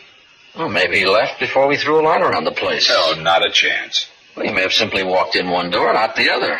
Perhaps he knew he was being followed. Oh, no. I'm the one who had the first contact. I know. That porter followed him right to the elevator. He took an express. He could be anywhere above the 18th floor. For all we know, he's somewhere up here in our own organization. But what can we do about it? He'll show. I thought time was of the essence. It is. Oh, what is it, Roy? What's the matter? The painting. The one the man bought? No, the one on the wall there. Oh, well, that one. What about it? Just well, we've all been in and out of here every day for a week. I don't think any of us recognized it's the same style as the Judas. We can't all be art critics. All right, come on. It's time to spell the guys downstairs. Wait, George, it occurs to me that if he doesn't show... If he doesn't show, what? Well, we could take those eyewitnesses with the building police, of course, and some of our own men and go through the whole place from top to bottom, cover every office. It'd take a couple of hours, but we'd know. It sounds like a good idea, Roy. Yeah. But let's wait on it, shall we, until we've had a chance to clear it with Hagen. After all, this is his baby. I don't want to take the play away from him, do we? Well, all right, we'll wait a while then. The pieces of the puzzle were falling into place.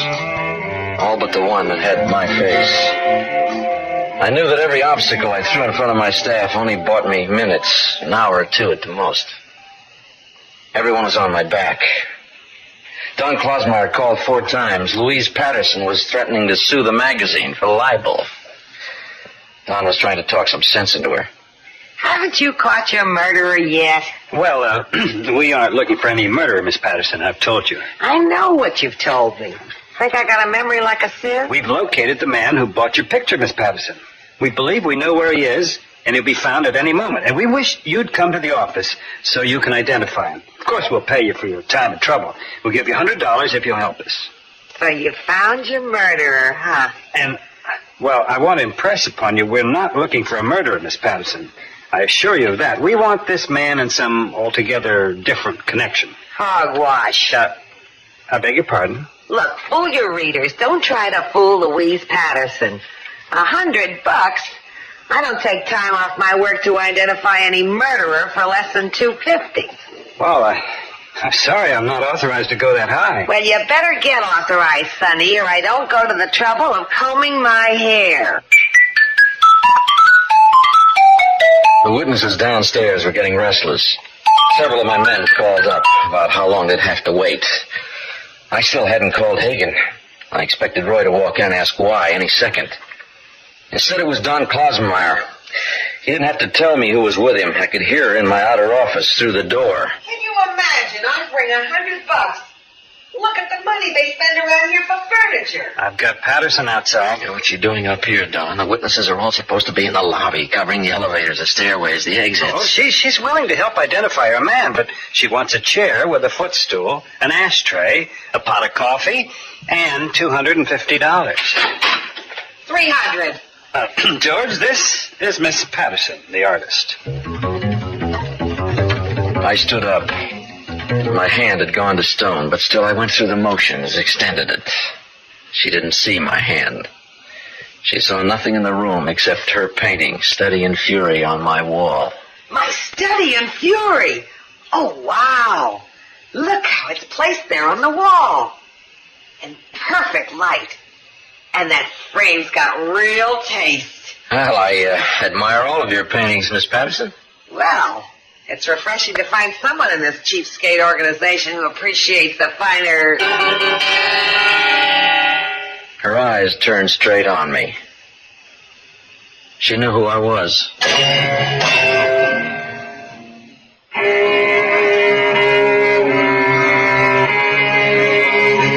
Louise Patterson hesitated for no more than a heartbeat. Mine. There was no question that she'd recognize me, none whatsoever. I waited the eternal moment for her to say, "This is the one, this is the man you're looking for that beat me out of my own painting for $50. Hang him." And while I waited for the trap to be sprung, Klausmeyer added to my anguish. Hey, that's where I saw the painting that reminded me of her other one. Right here on your wall. I knew I'd seen it somewhere. I think I've looked at it every day and not been aware of it. Why didn't you tell us you had a Patterson, George? Oh, why? This painting isn't missing. I assumed you all knew I had it. It's been hanging there for over 2 years. Yeah, but why didn't you tell us that she had painted it? What was there to tell?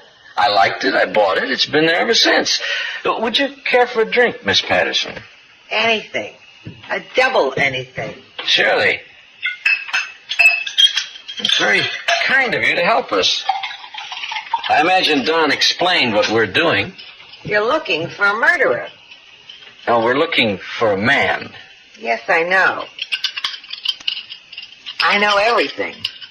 Mr. Stroud, I really do. I don't doubt it. I'm sure you do, Miss Patterson. And to think you have my study in fury. I live with it every day of my life. I love it. You do? You really do? Completely. I like all of your work. I have 4 or 5 hanging at home. I'm, as you might say, a kind of a one-man Louise Patterson fan club. Well, where the hell's my study in fundamentals? The one your lousy magazine calls Judas. I told her we'd try to get it back for her, George. You promised me. I didn't say we had it, Miss Patterson. I meant that if we found the man, we'd automatically find the picture. Oh, yes, that does make sense. Doesn't it, Mr. Stroud? Or do you think, as I do, Mr. Stroud, that the man, this murderer, to keep from being discovered, has probably already destroyed the painting? No, Miss Patterson, I don't think so. I have reason to believe your painting is quite safe. Unless, of course, the man should get nervous. But I fully believe it'll be recovered, provided everything else goes off all right. Do you fully understand? Well, I'll tell you one thing, Mr. Stroud. It'd damn well better be safe since your magazine has set its value at priceless. Oh, we're very careful about things like that, Miss Patterson. Here, let me refresh your drink. Rye this time. You know, you hung that painting beautifully. You have a very good eye. Well, I could do no less for such a distinctive work of art. Of course you couldn't. Where do you want me to play watchdog, Klausmeyer? She belted her second double and walked out with him. It was a reprieve, and I'd won it by sheer blackmail. Artists are curious. The slim thread that I'd framed her painting well and that I was a collector, even in a minor way, kept her quiet. I knew why she hadn't identified me. The fact I'd not destroyed her painting, my threat that I still would if she opened her mouth. I shuddered to think how close I'd come to getting rid of that canvas. But she could still make trouble. She was erratic enough. My relief was no more than a spasm in time, because Roy was back, and this time there was no more stall. George, I'm going to lose my witnesses downstairs unless we get some action. Did you clear it with Hagen? I'm sorry, Roy. I forgot. Look, you're in charge. You don't need Hagen. All right, Roy. Get started. But I want to be kept informed of every move. Let me know what floor you start on, which direction you're working on, and where you're going. Okay. And remember, you've got to get everyone's permission before you go in. Don't get anyone jumpy or scared. You'll be sued all over the place. Right. Now, just exactly how you going to work it? Well, the plan is to start on the 18th floor. Get security cops to guard elevators and stairs while I go through every office with witnesses. Keep me informed. And I think the witnesses should be encouraged. Pay them. Here, I'll give you a voucher. Good hunting. What a price. I wonder if any other man on earth has ever watched his whole life go to bits and pieces, carrying with it the lives of those close to him without a silent protest. The man who really accepts his fate, who really bows without a quiver to the big game he's made and lost. That's the lie. It's a myth. There's no such man. Never has been, never will be. I could have cried out to Roy, "Stop the comedy. Here I am. Take me." But I didn't. I would fight for survival to the last essence of hope in me. Stroud. Roy here. We're on the 18th floor now. All exits closed, all down elevators being stopped for inspection. There's just one way to go. Up. There were bulletins from floors 19, 20, 21. 5 floors till they would get to me.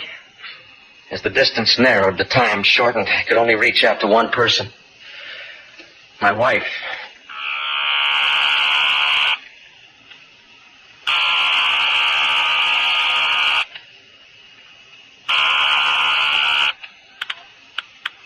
Hello? Georgette? Who are you expecting? Oh, why were you running? Oh, I was outside. You know, a gopher ate the roots of our baby elm tree. He just fell over. Sorry, hon. I'll get you another one, huh? Oh, I'm so sorry. George, it's not that important. You sound so worried. It's just a gopher in a tree. I am. Yes. George, what's wrong? Did you call me because something's wrong?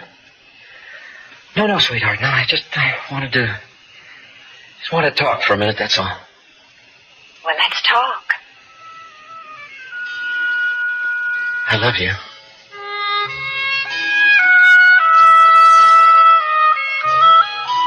After I hung up, I sat there.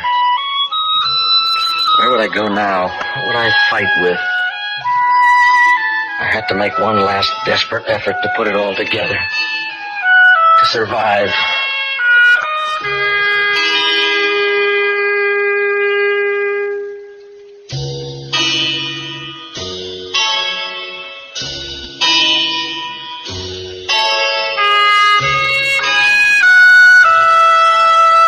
Apparently, I'd stayed longer on the phone with my wife than I thought. The phone hadn't been in its cradle more than 10 seconds when there was another bulletin from Roy. We're starting the 22nd floor now, George. That's fine, thanks. The choice was simple. It was Janet or me. I got up out of my chair and I headed for the elevator with a half-formed idea that there might be some safety in the very heart of the enemy's territory. Steve Hagen's or Janet's offices on the 32nd floor. Inside the elevator, I punched the button. And I was alone. A steel box, a momentary haven. I leaned against the wall and I closed my eyes and I tried to shut it all out. I heard the doors open, stepped out, and I started toward the executive offices. But these weren't the executive offices. This was the accounting floor. The 22nd floor. Without realizing it, I'd punched the wrong button and I'd gone down. I could hear their voices coming up the stairwell. I raced back to the elevator and I punched the up button. There's someone getting in the elevator! I held my finger on the button, but the elevator didn't move. I could hear them through the door. He went in here, I saw him. Did you recognize him? No, I didn't. After an interminable moment, I was going up. Even though no one had recognized me, I got off at the 31st floor, I punched the elevator down, and I walked up to the 32nd. I had to sit in Hagen's outer office. Janet was inside, but the secretary refused to announce me. Big conference going on. I waited, pacing all the time up and back in the reception room, wondering what floor the pack had reached by now. I was looking out the window when I heard a door open. For a moment, I thought they'd reached here. It was Steve Hagen. George, I've been trying to reach you. Come on in. In Hagen's office, besides Hagen, the office held Earl Janeth, several big stockholders, editors, lawyers from both sides, and Fred Steichel, managing editor of Jeanette Donahue. All of them looked slightly embarrassed, except Steichel, who seemed apologetic. And Janeth, who radiated more than his customary assurance, came forward and he heartily shook my hand. And I saw that the self-confidence was instead nervous tension mounting to near hysteria. George, I'm very glad to see you. You can frame what I'm about to say on paper and issue a bulletin to the entire staff. I'm terribly sorry I couldn't have had the pleasure of speaking to each and every one of them personally. I have consented to step aside and prevent a merger with the firm of Jenna Donahue. The entire staff stays on. I hope they'll all give Mr. Steichel the same loyalty they gave to me and to Steve. Everybody shook hands. It was all very polite. And they left, leaving Hagen, Janeth, and myself. They just stood and looked at each other in shock. It was as though they'd forgotten I was there. The door opened before I could get to it. It was Roy. Behind him were a porter from Gill's and a waiter from the Van Barth. We've drawn a blank so far, George. Only thing left are these offices. I think we should go through them thoroughly. Now, drop it, Roy. The assignment's killed. What? You mean send them all away? That's right, send them all away. The conspiracy problem's resolved. Janeth Enterprises is under new management. But what about the witnesses? You can't just take the time like this. $20 extra. I'll sign the vouchers later. What? Well, that's what Mr. Hagen wants. That's what he wants. Hello? Yes, he's here. It's for you, Stroud. Hello? Mr. Stroud, you're a tough man to find. Who is this?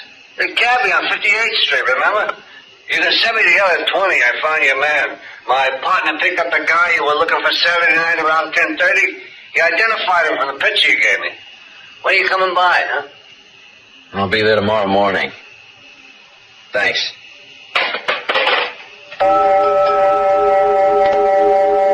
During my conversation on the phone, Janeth, as though sleepwalking, had gone into his own office. I started toward it. Don't go in there, Stroud. Let him alone. All right, Steve. Then you tell him.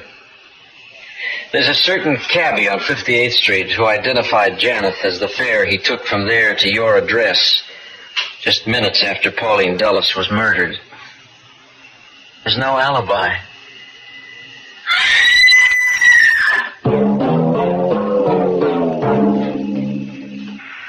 Janeth never got the message. Just how long it took him to fall 32 floors, I don't know. And it was all over for Earl Janeth. The crowd was still milling around when I came out of the building for the first time in 2 days.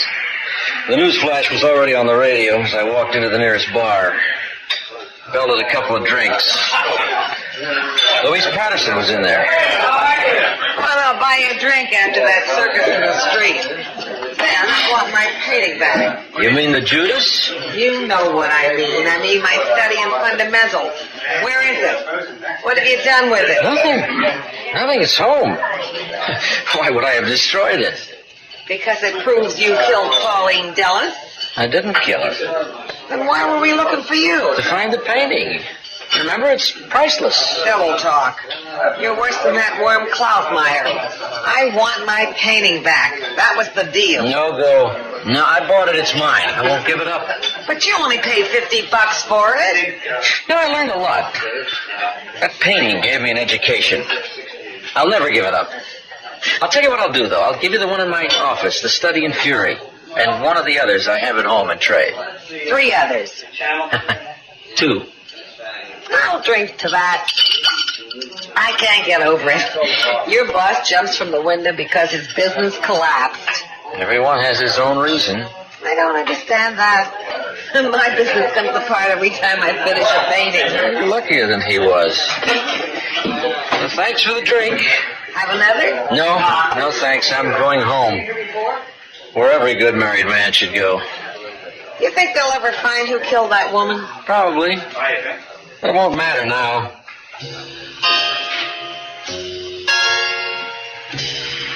I stepped outside. I took a long, deep breath, and I headed for my car. The big, silent, invisible clock was moving along as usual. Only this time it was off my back. At least for a little while.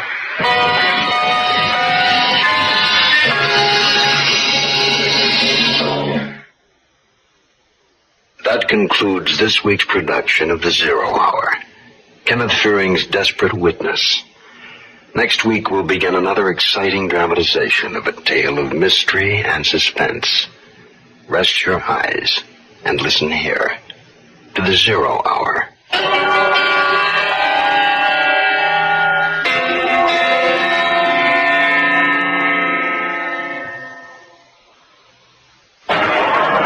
You've been listening to the Hollywood Radio Theater's presentation of The Zero Hour, heard every weekday at this time.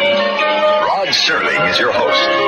Desperate Witness was adapted from Kenneth Fearing's The Big Clock by Gwen Bagni and Paul Duvall. Richard Crenna was Stroud. Keenan Wynn was Janet. And Julie Adams was Georgette. Featured in the cast were Tom Throop as Hagen, Larry Thor as Roy, Paul Dubov as Leon, Richard Deacon as Matheson, Jane Dulo as Patterson, and Jack Manning as Don. Zero Hour is produced and directed by Elliot Lewis. Jack Myers is the executive producer, and Karen Lee Cohen, associate producer. Music conducted and composed by Stanley D. Hoffman. The Hollywood Radio Theater theme was played by Morenzi and Teicher. It's now available on United Artists Records and Tapes. This has been a J.M. Colas Enterprises production. Hugh Douglas speaking. Tune in Monday, and once again, rest your eyes and listen here to The Zero Hour.